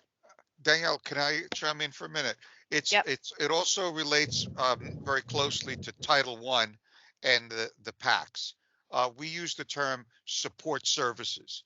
So Title I is not just for academic support, but it also enables schools, and there are guidelines for various support services. It could be counseling, it could be attendance, support. It's broad in its approach. And MTSS is the new terminology for describing what has always been known as AIS in the past, but it's broad. PBIS can be funded, and Paula Lotito and the fiscal folks know what can be funded from Title I, which is the extra help funding for the school, or not. So it is, broad support services within, the behavioral assistance category. And you know what, initiative. Francis, I wanna thank you for doing this because I think the important piece is we're seeing it through a parent perspective, which is I think why that Anne-Marie is sort of talking about this counseling piece because I'm used to that and I'm okay with guidance counseling, but it does bring me to a lens of sometimes I get calls to the district office where parents are actually very upset about counseling. And I also think that parents should know the other RTI and MTSS models that they have in the school, like ruler or restorative circles or other things that may not be led by a guidance counselor, or like peer mediators or different types of mediation that happens at a school, or advisory if that happens in certain schools, because we do have like separate advisory periods. I think parents, we need to be clearer with parents around MTSS through the SEL model. And I think maybe that this slide and the borough slide, because I think there is that gap in that understanding, is like we should really say like MTSS through a social emotional learning support system, and we're clear. And I'm going to send you some of the things that schools do so you have that. So it's not just about counseling, because it's either parents are upset that their kids are sent to counseling or parents think the only resort is counseling when there's a lot of other things that are available at schools. That what I'm kind of making that connection with now is that maybe we're not clear in what in communicating with parents what's really out there. So I'm going to send all of those to you, Francis, so you have them to add to your slide if you want. Support great. services, yeah. Yeah. Yes, yeah, Uh, support services definitely, because I That's think, what's in the regulations, actually, I think in Title One. And Joe Di Benedetto has a question Yeah, that I'm not sure if it's a question or a comment, but I think from the parents' perspective, I think if the communication is made or they're advised that their child will undergo some type of counseling, I think the thing that might be bothering, Anne Marie or other parents would be like, why wasn't it communicated to me as a parent that you were having this discussion with my child? So I think it's important to communicate the I concerns Yeah, to the so parent. yeah, I I just think want to it's say that communication. I think counseling really is a tier 2 and tier 3 MTSS for social emotional support. And if that is the case, you would be notified. Do you know what I'm saying? So that's like part of our mandate. And Yeah, and I think parents should, like, one of the things that we're highlighting here today, and I'm really happy to do this, is that parents should know that there are all these other supports. There's brain, like, Teresa put some stuff in the chat. There's brain power, there's PBIS, there's, peer, and most elementary schools using the Sanford Harmony program is also part of what it is that they Yep, and embed that's as. all in classroom. And I think we need to isolate the differences. And this is sort of highlighting for me that we need to isolate the difference, because when you do get to like that pull out counseling, remember, it's the same thing as pull out intervention. Right. So like if I'm taking you out of class for LLI or math support, pulling you out for counseling is also a tier 2. So I'm really glad that we're highlighting this today, because I think that's an important distinction that parents should know. That I Yeah, And Yeah, go ahead, Fran. in terms of Joe's question, the superintendents and the principals on this call uh, have been on the receiving end. I've been on the other end. When the state comes in and monitors Title I funded support, it always asks principals to supply lists of students, also a sample of the letter informing parents that their child has been put into a support program of various types. And then what they also ask is show me the letter telling the parents that it's been completed and that those services are no longer necessary. So But that's not, but I want to decipher between, that's not the same thing as a teacher doing something with students like a behavior chart, right? For, Right. no, not a general thing. or It's checking Title in I. for your emotions, or, anything that are like, that's the tier 1. And No, so now I'm it's seeing part of the yeah, formal EIS program. I think that's I'm sure important. when you were a principal, you did the same. And when they came and monitored your school, as the state used to do routinely from time to time, you had all that information ready for the team that would come in. Yeah. Francis, I think this is such an important thing. I know, I'm sorry, because no, I but went over this this is with good. Francis But briefly. this is the point, to open up this conversation, Yeah. to really Yeah. dissect it. It's just to really dissect the process. And like Anne Marie, a lot of parents feel like they're or being told that you need an IEP to get any type of extra Yeah. service, and that is not No, that's not that's true. Yes. And that's something I'm learning now. And on Joe's point, that communication, even if your child is in tier 1, should always be communicated to you. Anytime your child is in any type of struggling need, the teacher should communicate that, because we don't know what the child is doing in school. So that communication should always be open. But and sometimes the parents are the one who have to communicate it to the school if the school doesn't do it first. And you know why this is important too, Francis? Because your presentation was taken from the borough. So that's you're kind of highlighting, especially for SEL, a miscommunication that parents may have received. If the information you're pulling from there is being translated as this, because it's some of the wording, it's the exact wording, then we need to fix that too. So there's this Yeah, tiered levels of support there was actually more stuff on that presentation. Yeah. I didn't want to put in here, not because it's not valid, but like it did mention that it was low, if your child is struggling because of poor and quality instruction, and that I took that as a parent, as the teacher is not doing a good job, and then yet my child is being penalized for that. I took that from that presentation, but I didn't put that here because I wanted parents to really focus on just getting their child up to speed and getting Yep. their child back into the realm, because every teacher is different.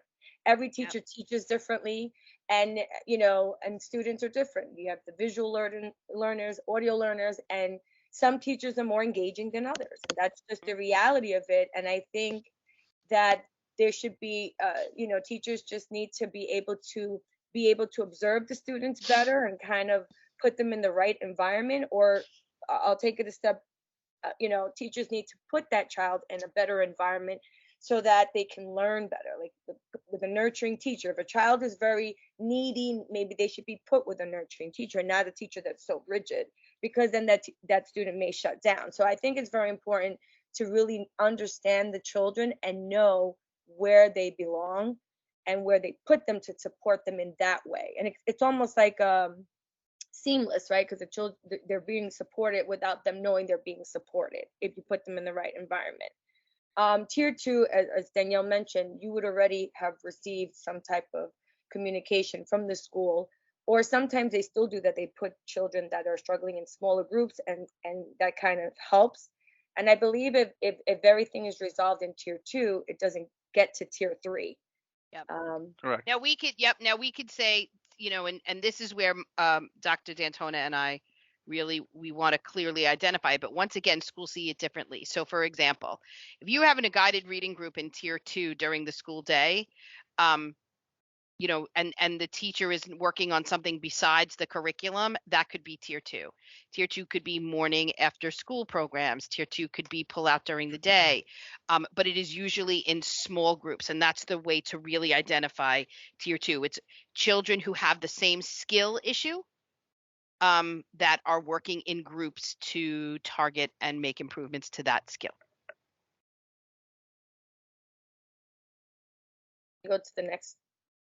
Now, Tier 3, obviously, it's more intense, and this is again either instructional or behavioral or both, depending on the student's needs. But it's actually a one-on-one. It can become one-on-one. Now, depending on how many, I know that the presentation that was in the CC said 5 times a week.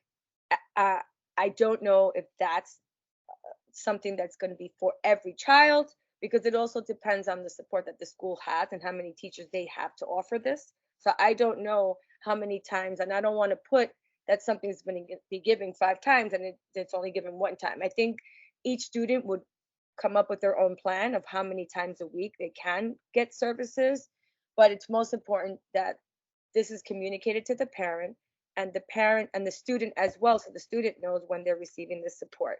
I think what's most important is that the children feel supported and not feel targeted, that they don't know something. I think that's a really big part of it, because students who are pushed in or pushed out or taken out, they're kind of like, people can see that service being given to them, and sometimes the kids don't want it because they don't want to be so exposed to everyone knowing that they don't know something. And I think that's very important in how we implement, Tier 3. And just to make sure that the student understands, is just to kind of get them to feel supported and to know that there's someone there that's going to help them in the school, especially if someone can't help them outside of school. You can switch to the next slide.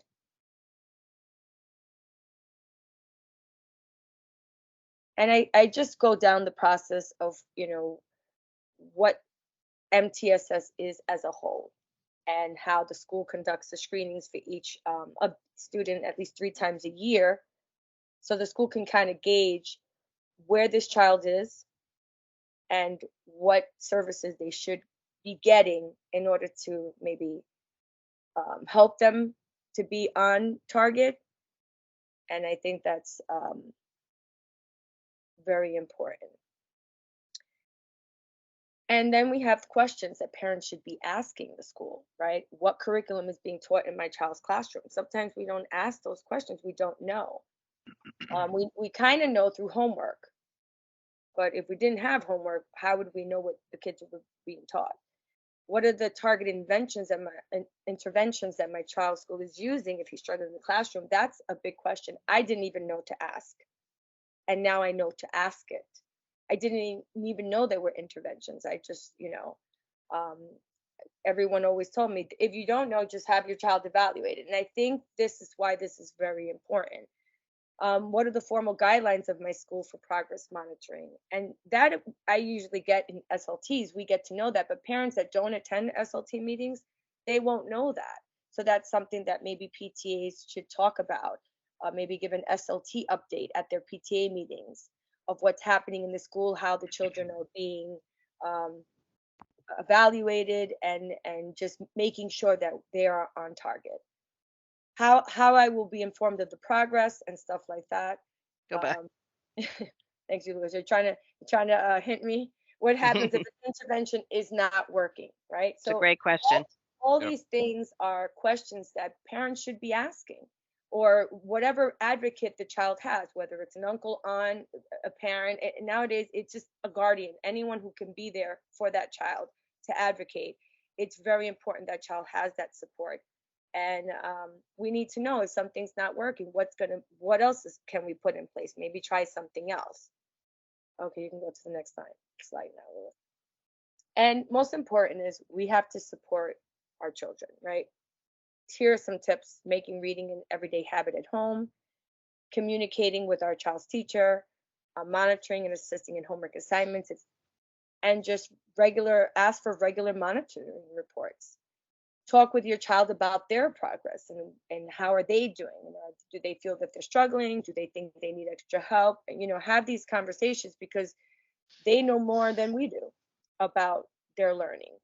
And just learn about the curriculum and the interventions being used in the schools, and ask about meeting with teachers and other school meetings that parents should attend, because there's a lot of useful information at these meetings, and some parents don't even go. And it's not something that's sent home in via paper. It's just either you go and get the information or you don't get it. So I think it's very important for parents to understand that PTA meetings are not just about fundraising. They're about getting information in your school and what's happening in your community. Okay, go to the next slide, please.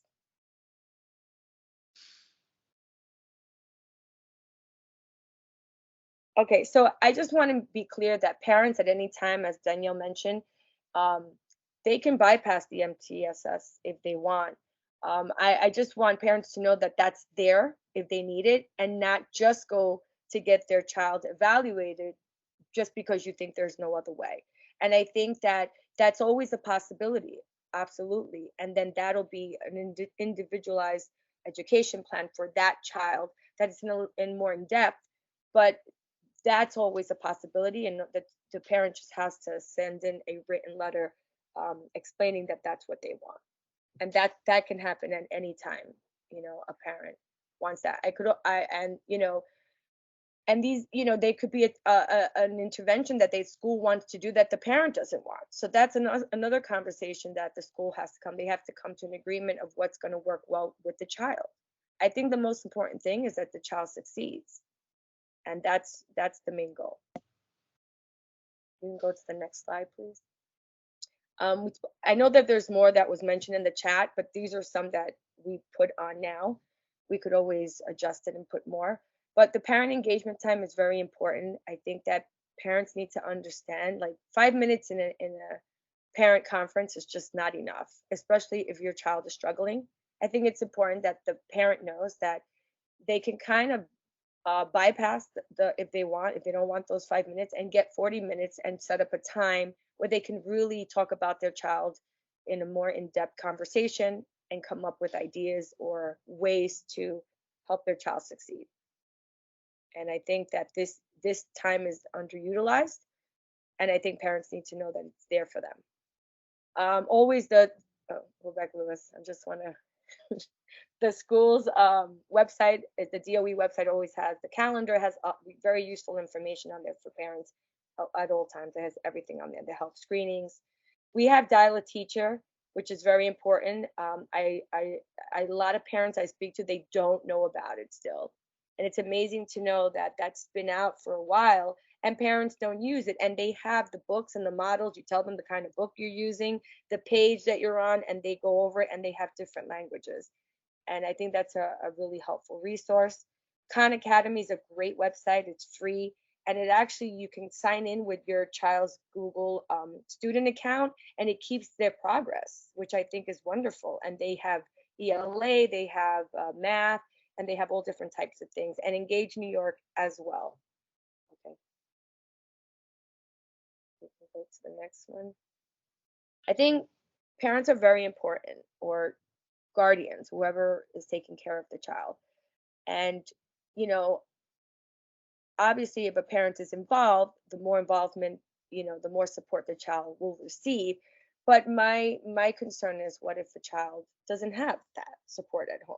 And like, what happens if they don't have that advocate? And then it solely depends on the school, and the school has to be the ones that have to intervene, and you know, who are they going to communicate with, and who's going to help. You know, like some parents can't help their children, and or they don't speak the same language to help their children. So there has to be a lot of oversight on those children to make sure that they're succeeding, because they obviously need a lot more support from the school than a child who can get support from home. I just want to make that very clear. So yeah, so Francis, I just wanted to add to that, and I love that you're mentioning that, but I want to be a little bit careful in having a parent meeting for PTAs, because we just need to be clear that it's never the PTA's job to advocate for someone else's child, right? Like schools should explain what supports they have in place for kids that, you know, may have the issues that you're mentioning, right? And it's really important that they know that. But because this is a PTA piece, I want to be clear that I don't want parents thinking that they should advocate for another person's child. I'll get, you know, and I'll just give you a quick example. Like my daughter's she had quit, but her old cheerleading team went away, and because they were in a competition, and one of the parents was like taking pictures and sending one of the girls, like saying like, oh, she's the only one without her parent here. And I know it was coming out of a place of concern, but we just have to be careful that we're not doing that. I mean, it's okay for if somebody does have concern to mention it to the school, but not to kind of take that over, you know? Right. I've never seen the PTA. Well, my PTA never do that, but we always, anytime parents come to us with a generic thing, obviously that we can help them with, but if anything, it's always individualized with the child. We always refer them back to the principal and the teacher, because that's a conversation they have to have. We can't. I always say, I can't advocate for your child, but you can advocate. I try to, but I can't, you know, I can't. There's so much I can do. I mean, this is me advocating for children and parents. This is the generic way to do it, because that's the only way. Just giving you information to empower you to do it. You can go to the next screen. I think the most important goal, and I think we all have this goal, is just see all our children succeed. I think one thing I do want to say is that what I found pretty interesting in this type of conversation is, what are the children that need MTSS? Like, there are some parents who want, like, this doesn't cover this, right? And maybe we can clear here. I'm not presenting it this way. I'm just saying this at the DLT. But like parents who, let's say a kid gets, according to the standards, 80 is standard, right? So if a child is getting an 80, I don't think that they would be in need of MTSS. So if a parent is upset because their child's not getting 90s, right? That wouldn't be a qualification for MTSS, right, Danielle? Well, I think it's all about conversations that happen at the school level. So, for example, if a child's getting an 80 and a parent believes that they are struggling, and if there are certain MTSS tier 1 supports that they that can happen between a teacher and a parent, that's a place to start. You can then move to tier 2, maybe after school or morning programs because the child's not working to their potential. But I would definitely say parents shouldn't be afraid to ask. We're not necessarily just connecting it to a certain grade point average. It's like you said, like allowing students to work to their potential. And what does that look like? Right? Maybe a student working to their potential would mean an 80, so I definitely believe we should be able to have those conversations with our teachers and feel comfortable doing that, which is the starting place, right? But sometimes we may need to go directly to tier 2 if we're seeing something in screeners that may be concerning, right? So it really is also about, Francis, which is why I'm glad that this was done by you and you're doing it with your PTAs. We're doing it here at DLTs, and the CEC really thought it was an important piece, is that parents need to know that these resources are there for them. And they don't, right? You said it to me, Anne-Marie said it to me. They don't know that they're there. And it's our job, and I'm going to be speaking about this more with principals, to really make sure that parents are communicated with at the school level. They do understand what MTSS is and what resources are offered. Like, we at this school offer the following, So I think this is a great way to start the conversation. I do. I think it's good. And thank you for that. Thank you. So we're going to be in touch around how we're going to present this. I'm definitely going to meet with the borough office to see some of the communication pieces that may have been lost in translation. Anne-Marie and you and Joe actually brought up something about the MTSS and social emotional learning. I think we needed to communicate that better as to how it translated, to all three of you, right? As parents, we don't want parents to think that counseling is the only option, right? So I think it's good that we did do this to kind of clarify that. Go ahead, Anne-Marie. No, I'm just agreeing with everything you're saying. I Okay. think it's a fabulous presentation. I think it's so necessary because it definitely comes down to getting the parents to understand what services are available, what the teachers are doing in the classroom, and just really having a good understanding themselves so that they can help their child along with the teachers. So it's we're all full circle. Yep. Great work. So Francis, if you want support from, Mike Lewis and I about fixing that particular slide around the, social emotional learning, we're happy to help. But up to Yes, you. I'm definitely going to change it from counseling to support services, and anything you want to add, send it over. I'll change it. Thank you, Emma. Okay, perfect. I'll do that. And thanks again. And we're looking forward to seeing the presentation at our first, at the President's Council and then for our training. Okay. So I know I want to move along because we're going, it's a while, but let's see. Shirley, I know you had some announcements for High School President's Council. So are you ready to do that now? And then I'll turn the remainder of the meeting over to Bill. Sure. So, in regards to the citywide high school subcommittee, the materials has not been sent to share, but we discussed on the 25th the hidden gems. That month was Williamsburg High School of the Arts and Technology.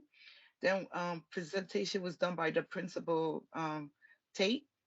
We had a Q&A session with Mr. Roberto Hernandez, Office of the First Deputy Chancellor, and his team after update on COVID-19 related protocols in high schools. CPAC High School Committee was working on letters, which at that time was having discussions on the lack of high school voice, the violence in high school and the communities, and Regents waivers for the 8th and 9th graders and the honors Regents diplomas. So the next citywide high school subcommittee meeting is going to be March 1st, because February is a short month. The last day of the month is the 28th. So the fourth Tuesday or first Tuesday is March 1st. The executive superintendent, Dr. Diego Vaya, will be at the Queens High School President's Council meeting tonight. Also, the borough president, Donovan Richards, will also be at our meeting this evening. And we're going to remind the members in regards to the biennial review survey, to make sure they filled out the interim financial report, which was due the 31st of January, and bylaws, if they haven't amended them, to do so as soon as possible. And that's it for high school update. Thank you. Any questions for Shirley? Are there any other announcements before I turn the meeting over to Bill?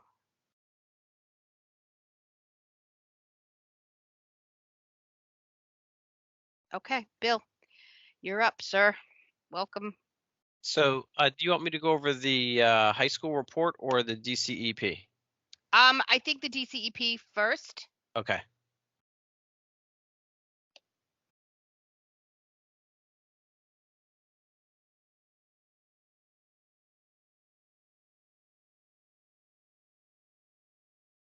Can everyone see my screen?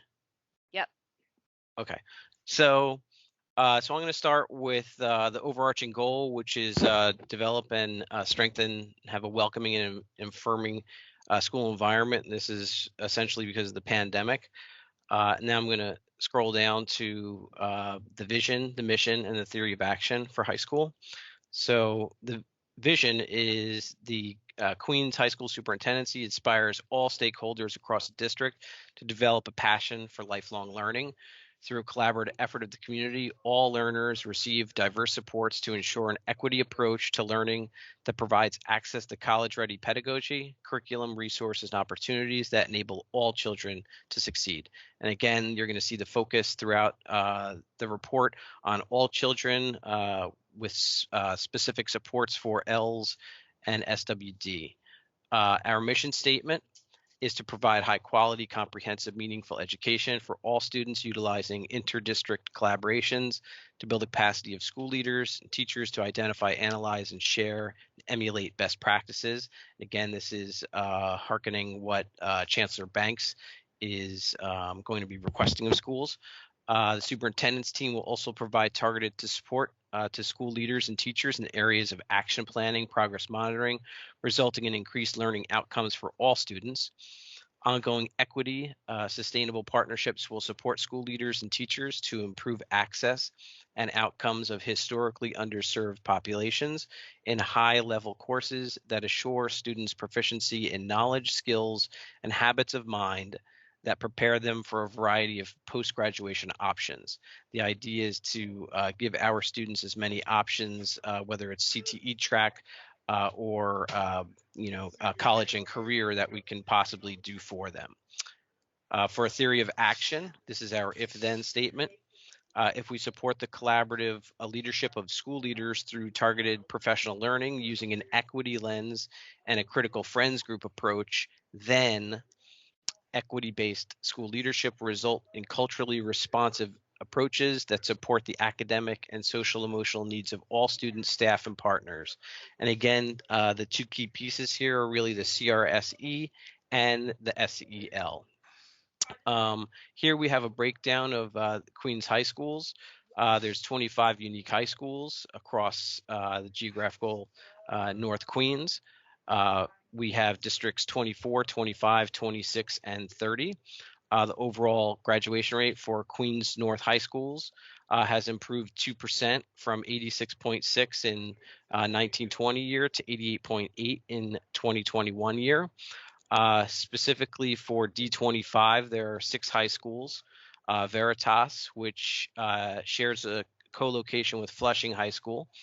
Flushing, which has a designation of TSI, and their TSI subgroup population is Hispanic. We also have John Bound High School, Townsend Harris High School, and Robert F. Kennedy, in addition to World Journalism Prep, which is a 6 through 12 school. So overall, we have roughly 7,700 students.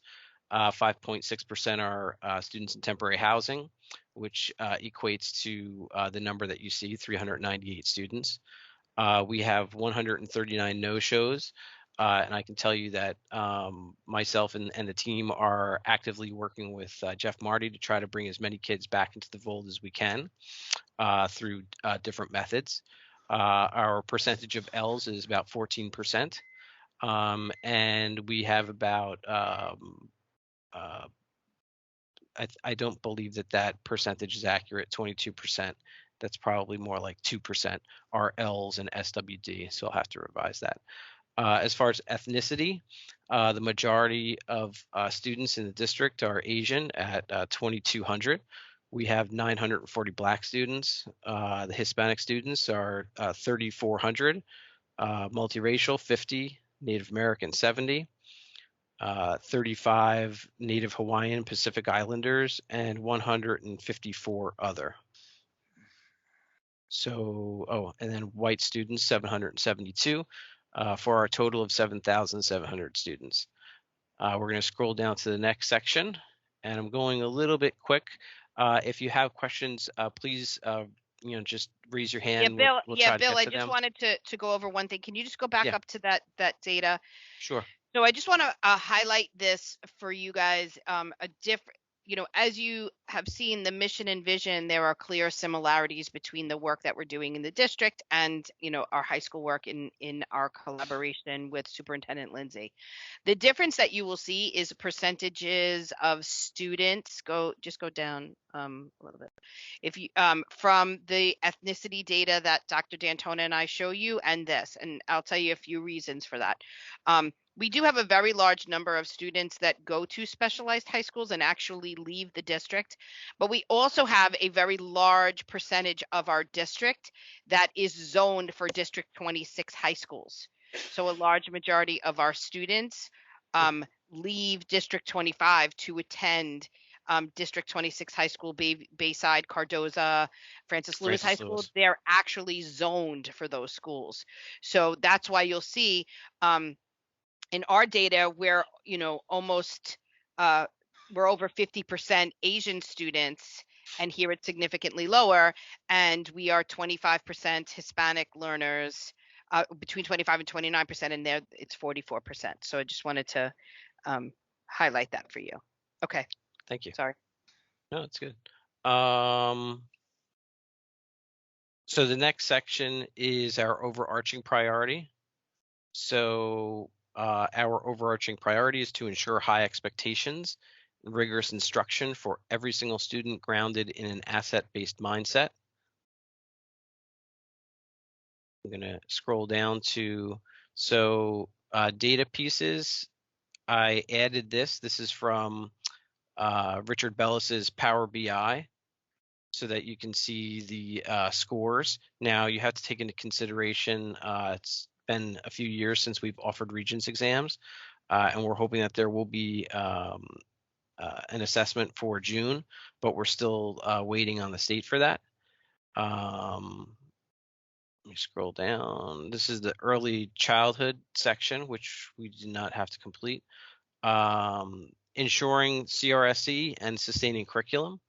So for this section, students are often not seeing themselves reflected in the curriculum and instructional materials that they currently are being utilized. So stakeholders throughout the district have noted inconsistencies in access to culturally representative texts. Schools are implementing a culturally responsive curriculum and are at different stages in this important work. Students are feeling that their experiences matter and are relevant to the school and are key to ensuring that they feel welcome and valued in the school. So what ultimately do we want to have as a desired state in our schools?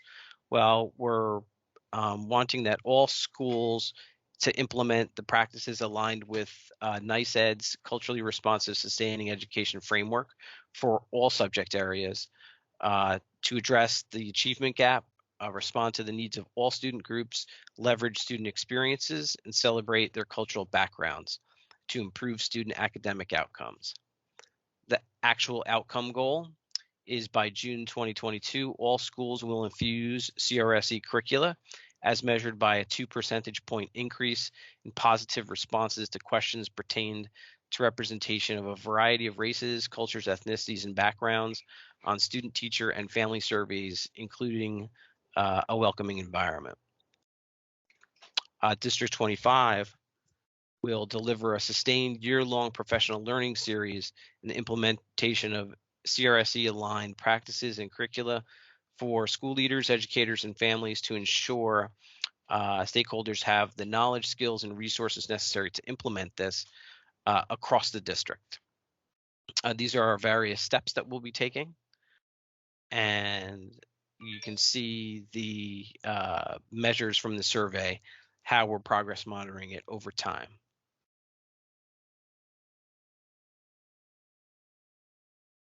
So one of the big pieces that we're trying to do is to include more families and community voices. So as part of this initiative, Superintendent Lindsay is conducting 4 parent focus groups a year, November, January, March, and May, to gain additional feedback on expectations and implementation. We're also going to conduct 3 virtual parent town hall meetings. That was November, February, and April. And then the last piece here is launching the CRSE learning sessions for families, inviting parent leaders and DLT members to join so that there's collaboration and everyone is included. The next academic priority is the digital age and developing our students as digital citizens. So from the pandemic, the lack of technology became evident for many of the underrepresented students. Students without devices fell even further behind in their studies. Families lacked Wi-Fi necessary to log on to those applications. Those inequities, coupled with the family's lack of technical understanding, left many students at a disadvantage. As a result, thousands of iPads were sent to students, as well as grants and funds were made available for students. So our vision is to aspire all stakeholders to develop a passion for lifelong learning. And I'm going to scroll down to the next piece here because this is more detailed with this particular piece. Our desired state for our digital citizens is threefold. Number one, that they ensure equitable access to technology that we didn't necessarily see during the pandemic, that we embed technology in all of our content areas, and that we ensure all students are able to articulate an understanding of the 9 pillars of digital citizenship.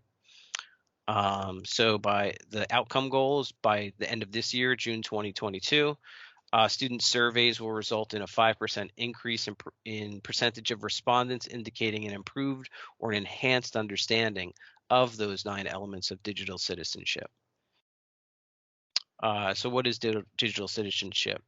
It's important because in every increasing digital world, students will need to be confident in the appropriate use of technology so that it doesn't have a negative impact on their future. Students will need to understand the consequences when using technology, right? They have to be safe with it. It is our goal to safeguard students so that they're able to navigate the technology safely and reflect on possible consequences while using the technology. Students will be able to make a good choice when using technology, and research shows that 68% of college admissions deans review student social media accounts. So students need to know the do's and the don'ts of posting information and photographs online. And lastly, we want our students to be safe by having them understand cyberbullying. Teaching children how to handle cyberbullying and how to avoid it is crucial for their mental well-being and safety. So part of the digital citizenship is definitely coupled with the SEL supports. Progress monitoring, action planning, the goal. These are the 9 areas for digital citizenship. I'll go over those briefly. Number 1 is the equitable distribution of technology to ensure that everyone has access to the technology. Number 2, buying and selling goods. So how is commerce, and we've seen this through the pandemic, shifted to people buying more items online.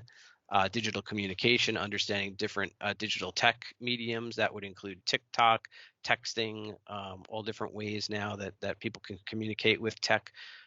There's also etiquette online, encouraging responsible online behavior. That's very important. Obviously, digital literacy, understanding different forms of technology.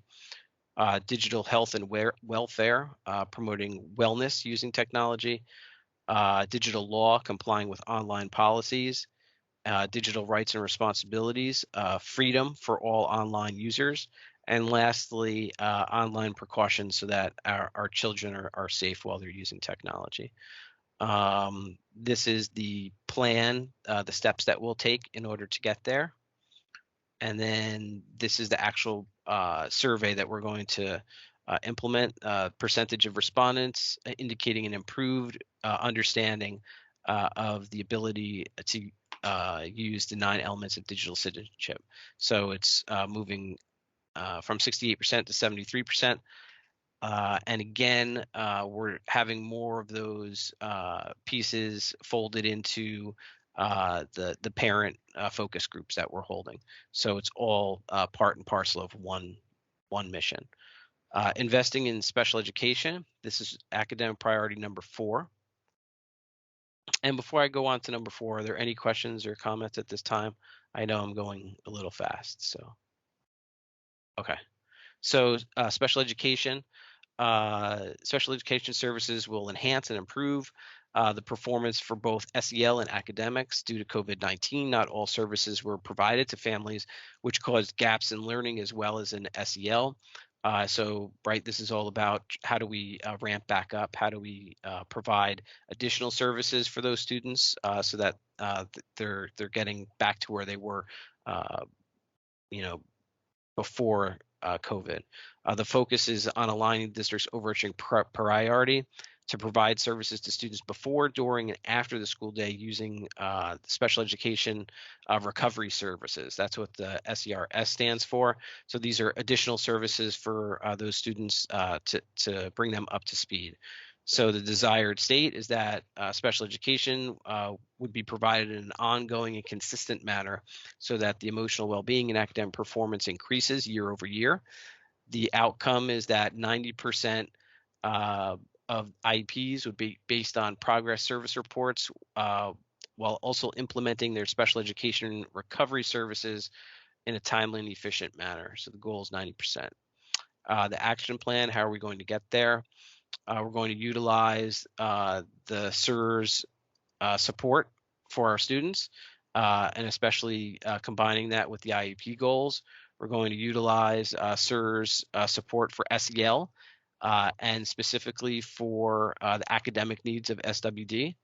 We're going to utilize SERS to provide support and to support when they have missed sessions due to the pandemic to yield improved student academic performance. And we're going to utilize the AZ and the APA in conjunction with school special ed points to receive program services on a regular basis.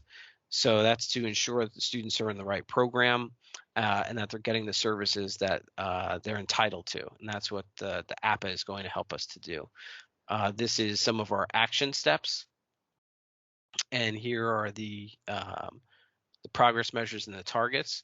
So progress service monitoring starting from 73, the goal of being 90% by the end of the year.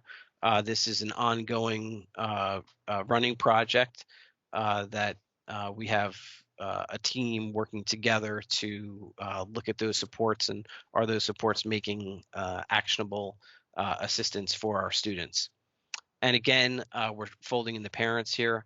So we're surveying the parents within the tier 1, 2, and 3 for participation because we're trying to get every stakeholder that we can to participate in this and to push this forward. At the very beginning, I was saying that the real emphasis is on our Ls and our SWD populations. So for academic priority number 5, this is all about our MILs, our multilingual learners. And I'm going to jump down to the actual desired state.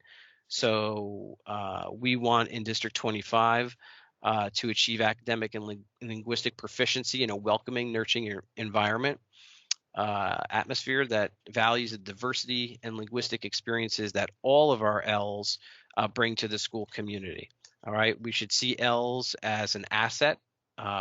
And we know that when given the proper time on task and the certified teachers, that they excel. We also want to make connections to wraparound services for our students because we know that they didn't always have the services during COVID, and that their families. We want to help them to understand these different areas that could hinder their success. The outcome goal is that by June 2022, the graduation outcomes for our Ls will increase by 5%. So historically or in the past, D25 was 57.4%. The goal now is 62.4% as measured on the 4-year graduation index for D25. How are we going to get there? This is our action plan.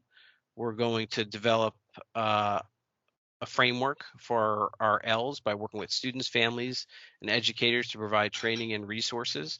We're going to have rich professional development sessions that include the following: strengthening core instruction by developing a deep understanding of the high quality practices and routines that promote student social and emotional wellness.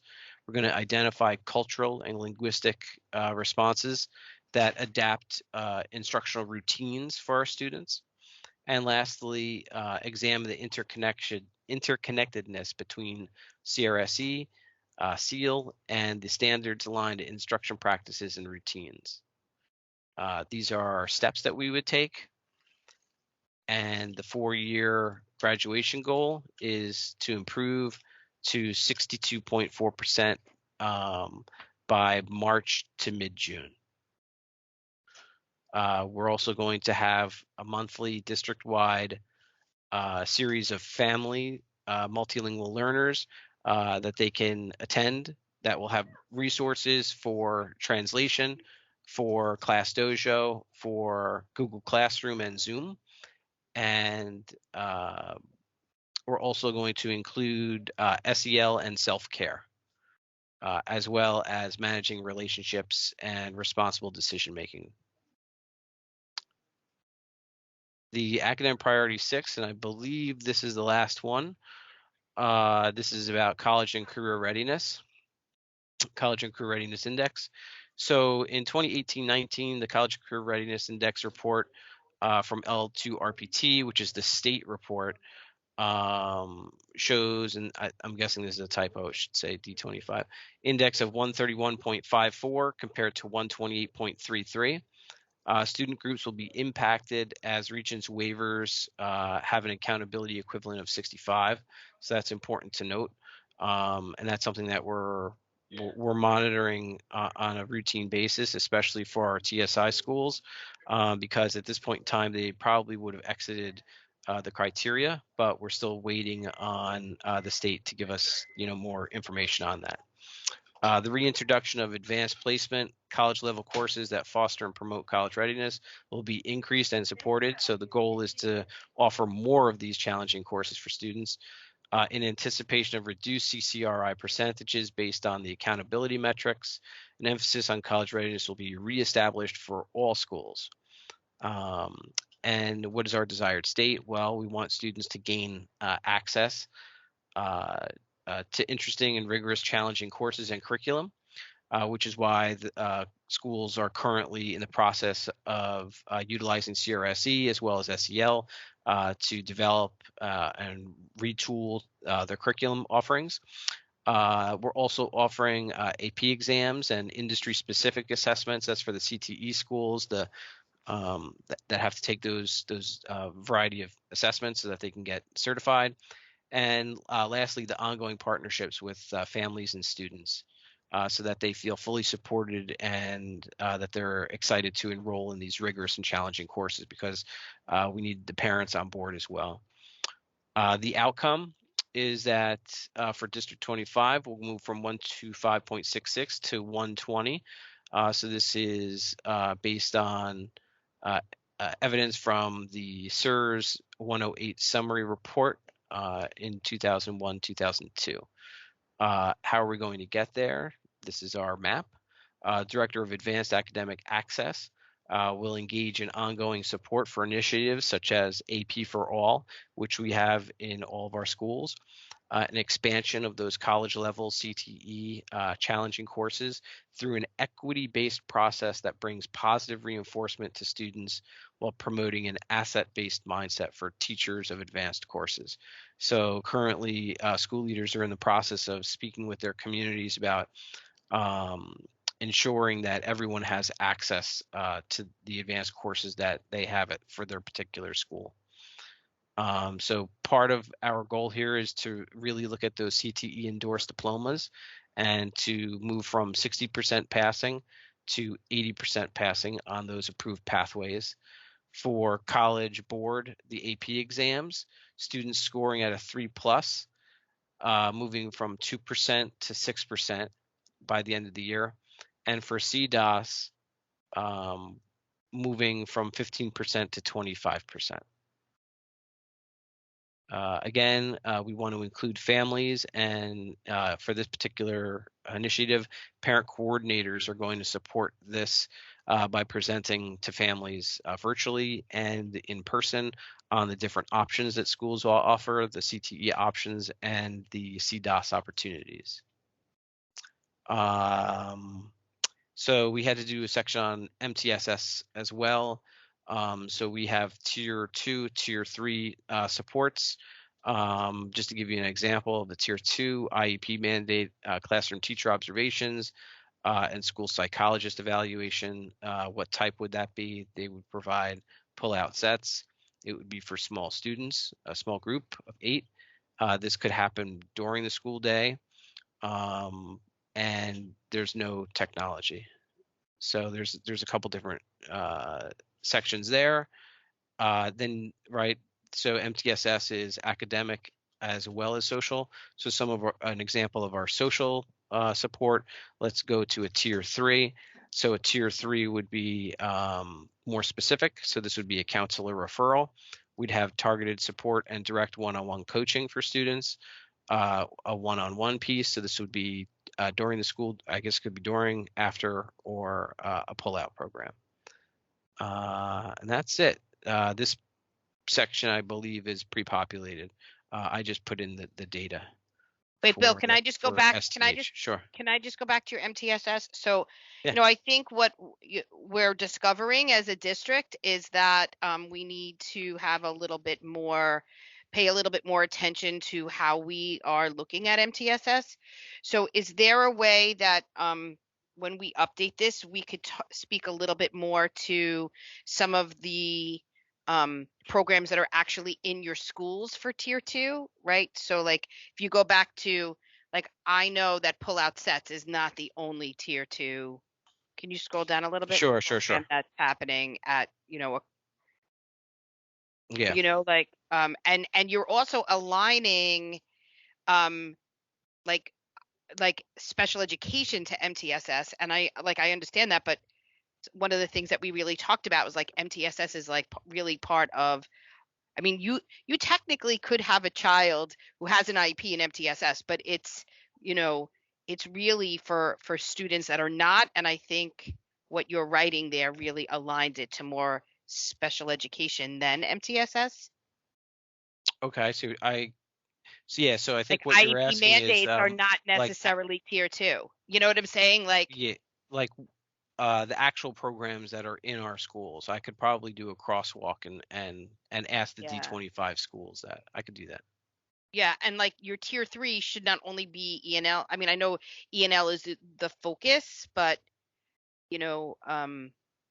I don't know, like I'm actually going to go back and check ours too to make sure that now that we've started to unpack this and what it looks like in the district, that this part of the DCEP is really reflective of where we're going in the work that we want to do. So I think it's really about highlighting and understanding what are some of our tier 2 and tier 3 RTI programs, how we're capturing that to make sure that we really understand if MTSS is leading to the places that we want students to grow in, So I don't know if IEP mandate would be tier 2. Anyone feel free to correct me. I don't think it is.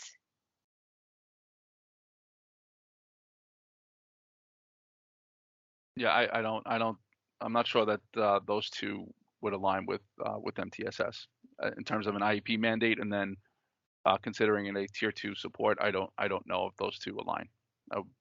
I mean, we could talk about this further too, but Yeah. I just want to make sure that, even for our piece, and Mike and I will go over it, that we're really capturing the essence of what MTSS really should be for kids. So if there's any kind of adjustments that you would want to make to that, just let us know and we can add it. Yeah, I can take another look over it and retool it. Absolutely. Okay. And I'll Okay. check in with the principals because they may have more specific things that I could add. Great. Okay. Great. Yep. Does anybody have? Were you done, Bill? Yes. Yeah. Okay. I'm And stopping. thank you. I Of course. there's so much there's a I'm glad that we had an opportunity to go through this. Is there anybody that has any questions or comments for Bill around the high school piece that's going to be added to the DCEP?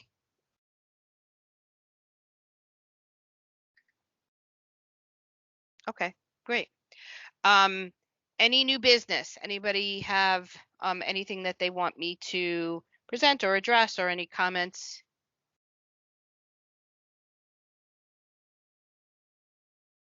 Can I talk a little bit about the training next month? Yep, go ahead. So registration will be open today. A flyer will be circulated to schools later today or tomorrow once we look at it and approve it. But if you go to the DLT's website, registration will be open. We will be, I'll be emailing everyone about presentation. So if you're going to be doing a presentation, you're going to reply to the email. Give me a title to your presentation. Again, the title can change just so we can start putting together the agenda. And then, like Danielle said, we'll be reaching out to everyone presenting around a quick touch base around what the presentation will be and stuff like that. Yep. So as of right now, what the agenda will be is we're going to do an SLT kind of 101. Shirley and Gus agreed to do that work together, and anybody else that wanted to add to that. Then Dr. D'Antona will do a state of the district and around sample benchmarking that all schools should do around this time of year and what it truly means to benchmark your goals, right? And how you make adjustments to CEPs and goals and objectives so that we can move to the next trajectory of making sure that all of our students are successful. And then there'll be that MTSS alignment. I'm going to have the borough really connect with Francis so they can, kind of merge those two things together. And then Paula Lotito will do the whole budgeting piece, a very brief budgeting piece. So is there anyone else that wanted to add or be part of any of the presentations? Okay. And then once again, for you, I have like welcome and introductions. You said you wanted a slide. We welcome and introductions. Everyone will introduce themselves. Make sure you send us pictures. We're excited. Okay, great.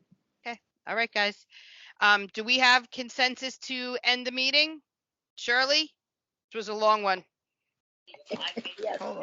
Hold on, Jimmy. Yes, we have consensus. Thank you. Once again, Anne-Marie and Teresa, welcome. We're so excited to work with you guys, and we're here if you have any questions or concerns. And as I said, Lewis and Janet will be sending you information for DLT. And Gus, I'm glad that you're staying till the end of the year and, and in support maybe further, but at least till the end of the year to continue to support us. All right, guys, have a great couple of weeks and we'll be in touch around organizing the presentation. All right, great. Take care. Have a great day, everyone. Valentine's Day. Bye, everyone. Take care, buddy. Take care. All right. And bye, everybody. Bye, Joan. Bye, everyone.